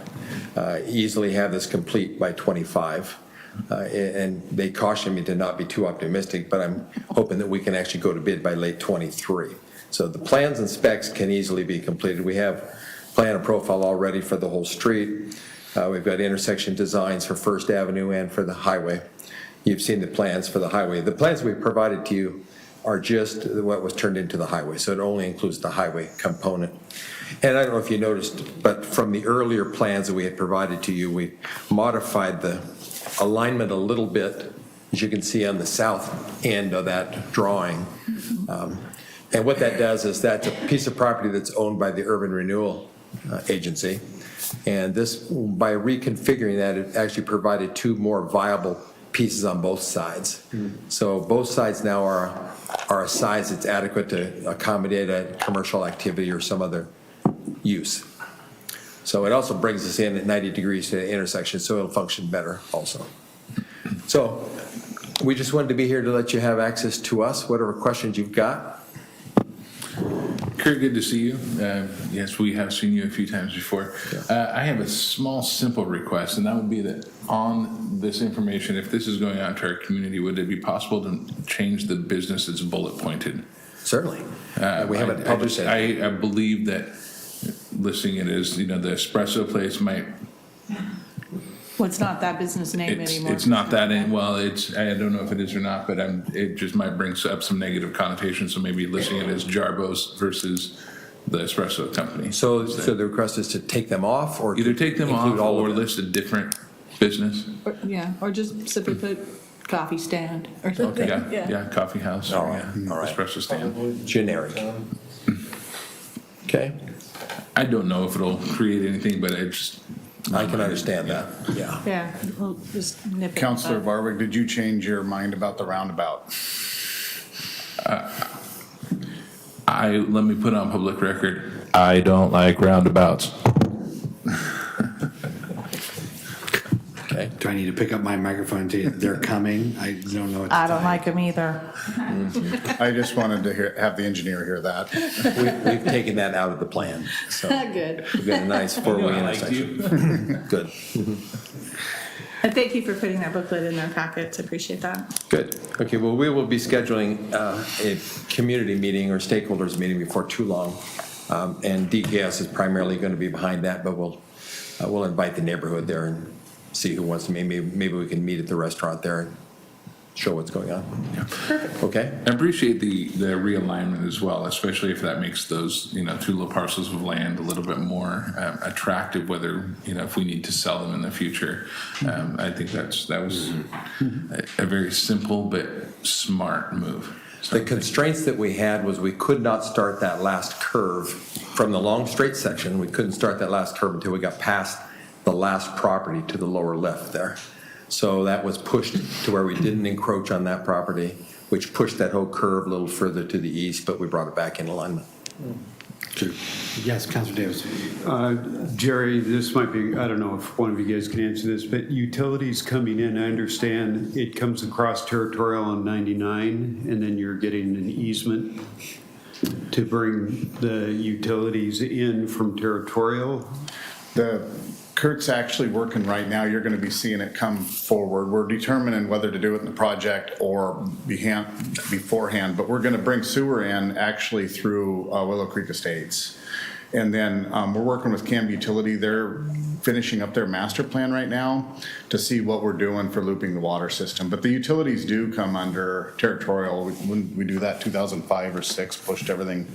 Senators here, I'm not sure if we have water across. Water across too, yep. Water across. So all the utilities are down at territorial underneath the road, but sanitary won't make it that direction. So we're having to actually go through the neighborhood, and I think we're gonna start that ahead of time. So you'll see that coming to council. It's actually budgeted in there to start. And then power, they're just starting to look at. They saw this and they're gonna determine what we're gonna do with that, with Canby Utility. Did that answer your question? You're welcome. Councilor Patton? Just a couple things and I should probably know this. Does Auto Road connect to the Walnut Street extension, or do they remain separated? At this point, they're separated. However, the developers of that area J know that the intent is to sweep Auto Road into Walnut Street when they design their properties. So we didn't purchase the Auto Road right away. We only purchased the Walnut Street right away. Okay, because it kind of tied into, you were talking about the ODOT purchasing the rights of way for the property owners, and I wasn't sure if they were going to be funneled towards Auto Road to get to Walnut. And I also had some concerns that if Auto connected to Walnut, that people would start trying to use Auto Road to get into Walnut, and it would cause distress to the people that lived on that street. So that's great. Okay. Great. Any other questions for Jerry or Kurt? Thank you very much. Thanks, appreciate being here. Thanks, Good to see everyone. you. Next on the agenda under old business is discussion on the parks maintenance fee. And I think, Mr. Archer. Yeah, Mayor and Council, this was requested by Council to be on the agenda, so I think some of you or all of you wanted to have some discussion about this, but I can just give you a quick reminder, kind of a background on where we're at. So we have the parks maintenance fee in place. It was going to sunset as of this last year if the council didn't take any further action. So council had some conversations. I think there was at least one or maybe more than one work session was held, and council asked staff to bring back a draft ordinance for you, which we did I think in August and September of 22. With a couple of different options, and the council discussed and considered those. One was to extend it by 5 years and then review it. The second option was to basically remove the sunset, so it just went indefinitely unless further action was taken. So what the council action that was taken, and it was, I think the second reading was done and it was adopted on September 7th of 22, was to remove the sunset clause altogether. So as of now, the parks maintenance fee does not have a sunset clause. However, as has been discussed, and Joe can help you navigate the legal piece of this if you need to, this is a council enacted maintenance fee that you can change or remove or basically do as you see fit by ordinance. So it's adopted by ordinance, which means you can take other actions by ordinance should you choose to do that. So that's the status as of now. It's in place. It was extended with no sunset date certain. So just as a, I guess, refresher, reminder too, we did hear back from the Park Advisory Board that their recommendation was to leave it at every 5 years. Right. So keeping a sunset in there so that it was to be revisited. That was the Parks Board's recommendation, yes. And if I remember correctly too, was that also staff's recommendation? It was. Okay.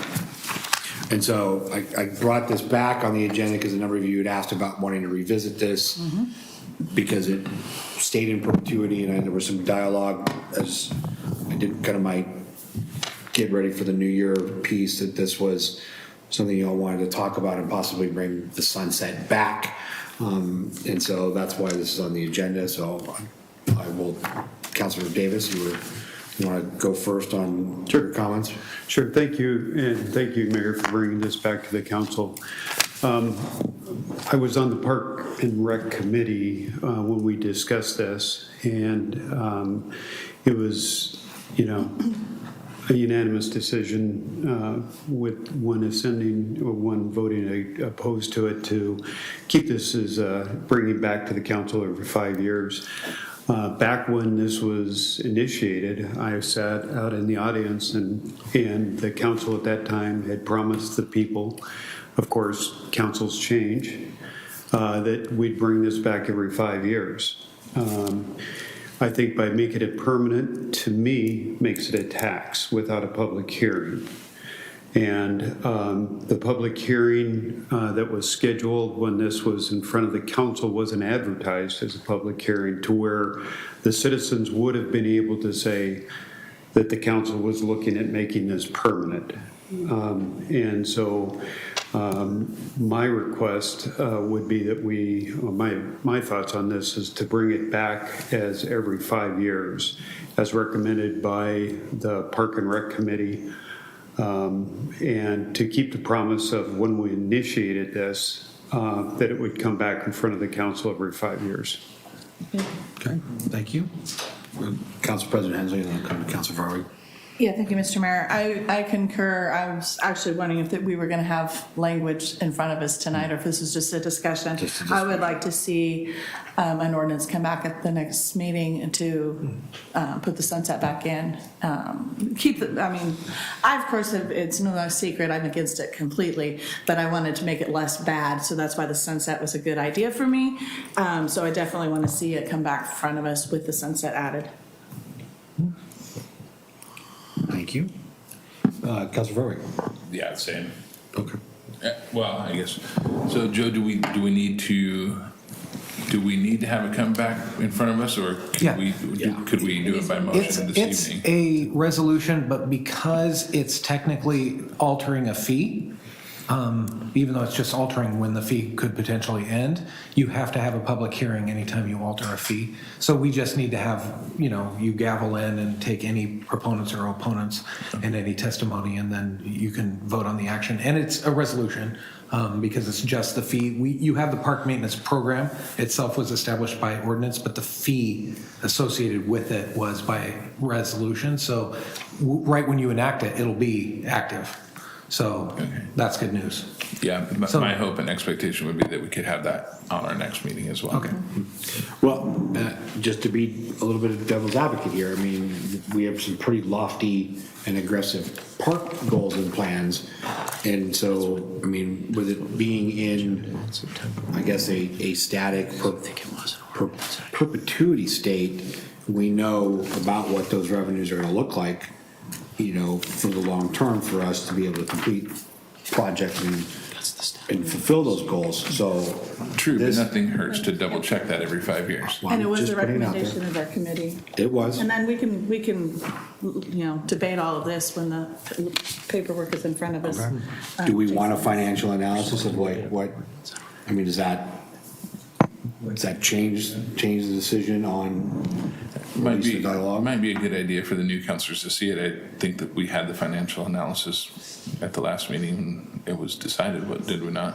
I think we did, but we have three new counselors and one has his hand up, but they would, so it wouldn't hurt to have it along with the new resolution language. Okay. Councilor Patton? So my feelings on this is I watched the meeting in which the council talked about this, and for a bit of time I was screaming at the computer.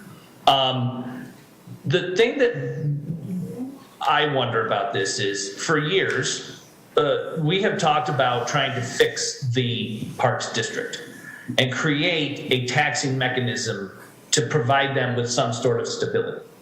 And I am told whenever I ask that that's in the works, and that's been many years.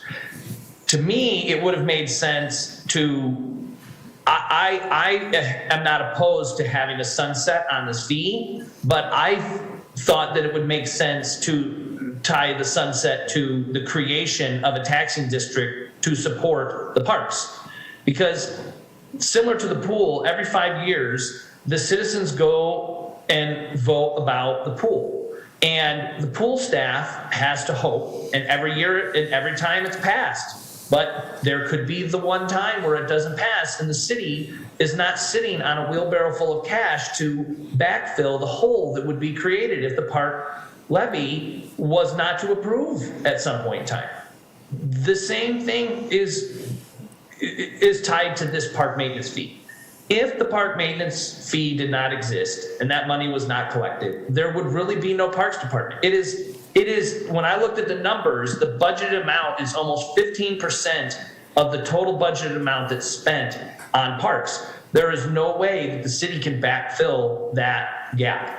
So by having it not come up every 5 years, it gives the Parks Department some stability in their funding, so that when they hire new employees, like the young gentleman that showed up tonight that so eloquently said he wanted to work in a Parks Department in a city that was, smaller and had a bigger impact on its citizens. If every 5 years it's possible that the money that, pays his paycheck could go away, is he enticed to stay with the city or go somewhere else where it's stable? To me, that's the crux of the situation here. I have no problem with the fee being sunsetted, but it needs to be tied to some mechanism that provides some sort of stable funding for it. No. Thank you, sir. See if I can do this as quickly as I can. So CAPRD, Canby Area Park and Rec District, is that taxing district that you were mentioning. And they currently do exist with a board. They do come to, or they have been known to come to the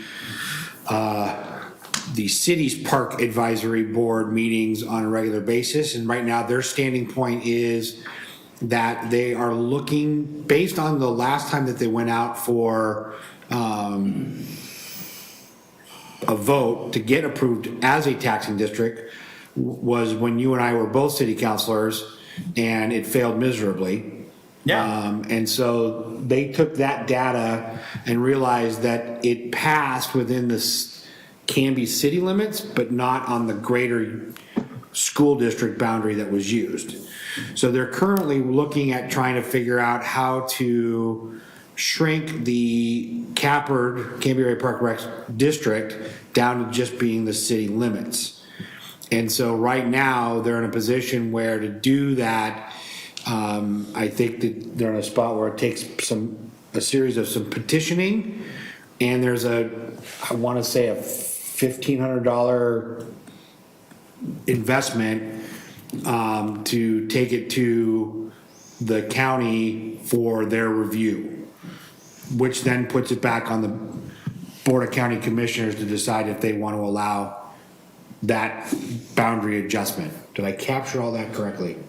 So to answer your comment about CAPRD, it exists and they're trying to work towards that, but it's already going to start in a deficit because for holding their elections, they owe the county several thousands of dollars for past elections that, since there's been no taxing district, they continue to dig a hole. So yeah, there's a whole lot of things to unravel with that. Not saying that it's not a viable option and should be, and they are working on it, because I am in agreement with you that for us to do the things that we want to be able to do on a long-term basis, I think that there needs to be, there's got to be something figured out in that regards. Now, is that the CAPRD? I don't know. If that's something internally with the city, within the city, its own mechanism, that's something that we all would need to talk about, trying to jump through that hoop, or series. Yeah, I'm for jumping through, to be honest with you, and this might sound radical, and someone might egg my house tonight. If it means dissolving CAPRD and creating a new district to expedite this, to provide some stability, count me in. I'll go out and get signatures on a petition. I'll even donate some money to do it. I just would like to see this fixed for the people of this community, because it needs to just be done. Yep. Don't disagree with you, sir.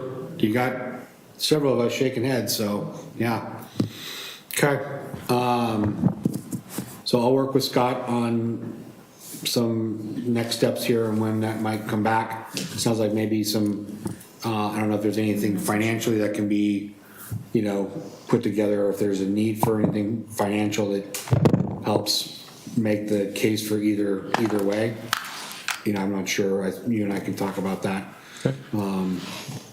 Okay. We will bring something back. Okay. Next on the agenda is mayor's business. I don't have much. I've got let's see, the Clackamas County Coordinating Committee is tomorrow night, so I'll report on that at the next meeting. I also have a Region 1 Area Commission on Transportation meeting coming up. There has been a couple of tolling technical advisory committee meetings, and there isn't a whole lot there other than language of tolling is changing in terms of just some of the vernacular. We are looking at a shorter, so the objective was to toll I-205 first and then later look at tolling I-5. And that window was going to be about 3 years, I think, was what they were looking at in terms of spacing. They are now looking at shrinking that down to 1 to 2 years. So 205 will go first, and then that large stretch of I-5 will be also going live or looking towards that in a shorter time period. So, so there's a lot of gnashing of teeth from cities along I-205 right now. And we're one of them. So there isn't, like I said, this has been a legislative measure taken at the state. By the sounds of it, there, I think, are 3 or 4 bills that have been introduced about changing some of this and to what degree, and we're not sure what will flesh out with that. So as I hear more, I'll let everyone know. I also attend the Metro Mayors Consortium, so it's basically a collection or group of mayors from the metro area. I'm, I think, one of 3 mayors that are outside of the metro area that attend the meetings, and so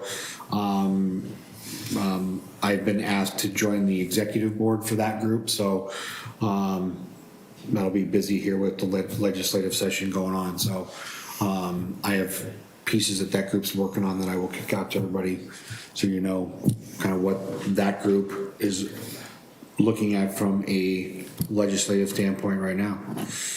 That's all I've got for right now.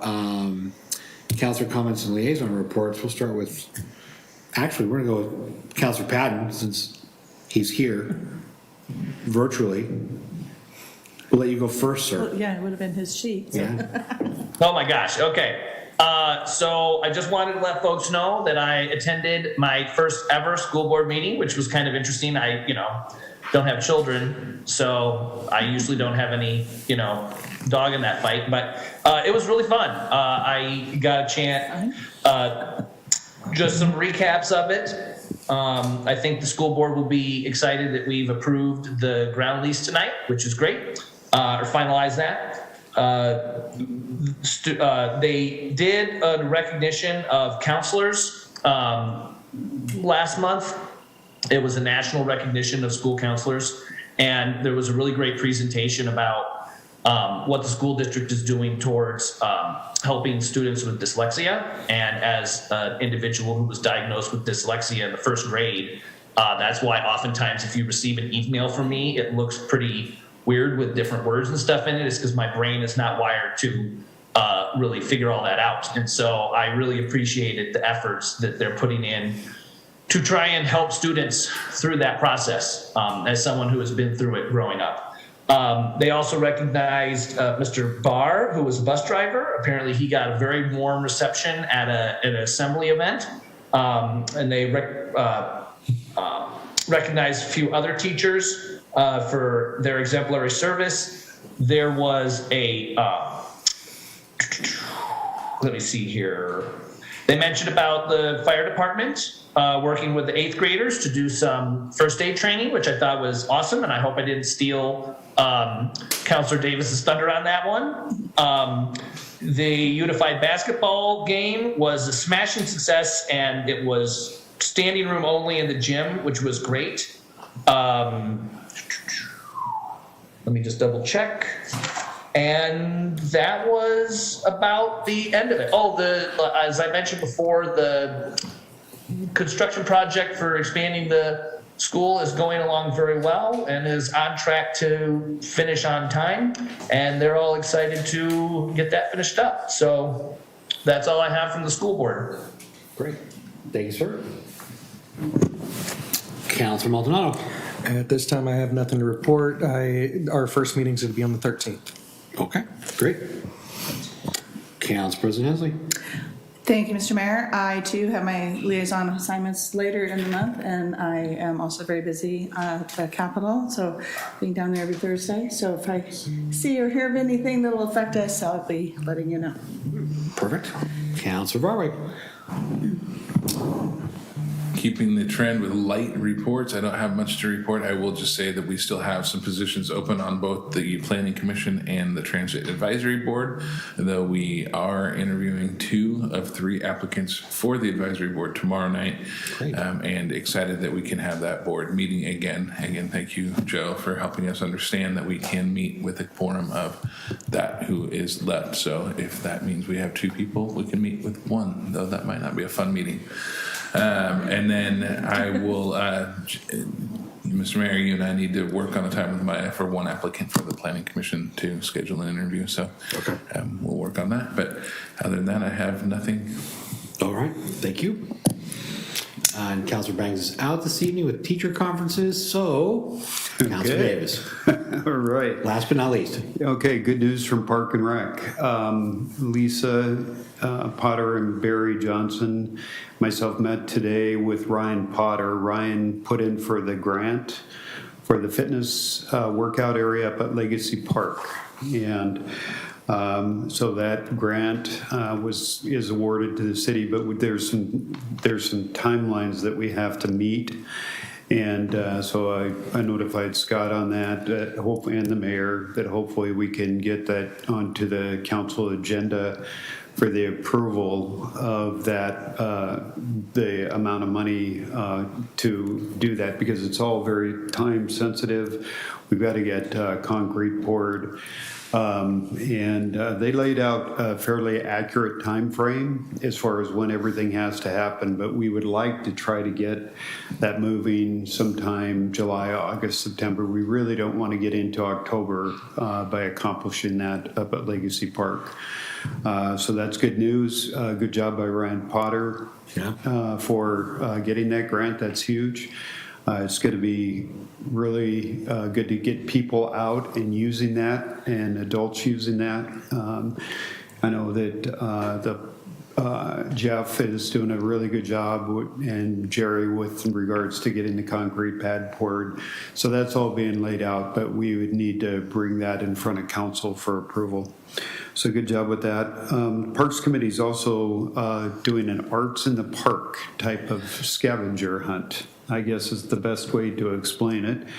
There's no cost.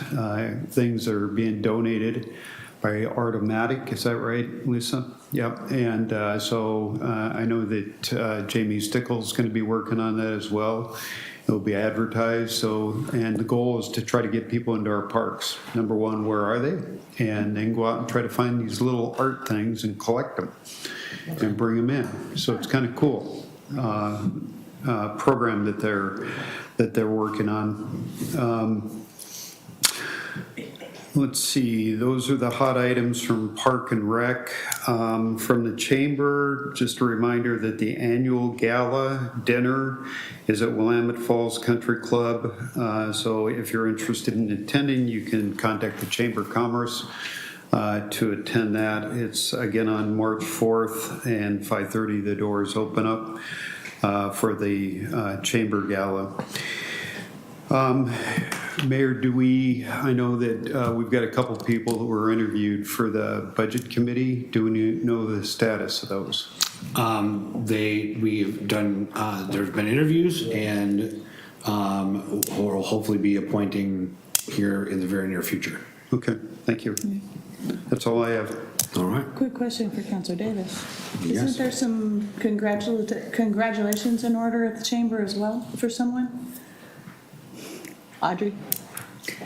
Oh. Yeah, Audrey is Chamber Director, and started out as interim, and I think we're slowly getting to that point of making it permanent, but okay. yeah, so we're working on that. That's great. I've long wondered why she wasn't the choice in the past, so I was happy to see that announcement today. No, she's sharp. great. And, yeah, she does a great job, so, okay. City Administrator in Business and Staff Reports. Thank you, Mayor. 2 items. One is, of course, again, just reminding about the council goal-setting session Friday, December 10th. Let's try that again. We're either way late or way early, I'm not sure. We had lots of fun at it. Yeah, we did. We had a great time. Friday, February 10th, next Friday, 9 o'clock, right here in the chambers. And so we look forward to that. And then the only other item I have is just a follow-up. Council President Hensley, at the last city council meeting, you asked about the status of the request from the Traffic Safety Commission about the 99E right turns from businesses with ODOT on 99 and all that. And just to let you know that that is in process. We're working to Mr. Nelzine, who, he's still here. I thought he was over there and then he snuck over. Anyway, Jerry and I are talking about that and we're working on that, and it's just a matter of having a conversation with ODOT to see what their response is to then report back to the commission. So, Thank you. you're welcome. Great. That's all I've got. Okay. Next on the agenda is the last opportunity for citizen input. Not seeing They're all that. just shaking their heads no. A resounding no. Yep. Maya, action review, please. You have approved the consent agenda and adopted ordinance number 1593. That was it? That was it. That's I move all of we our work adjourn. tonight. There's been a motion to adjourn already and a second. All those in favor? Aye. Aye. Anyone opposed?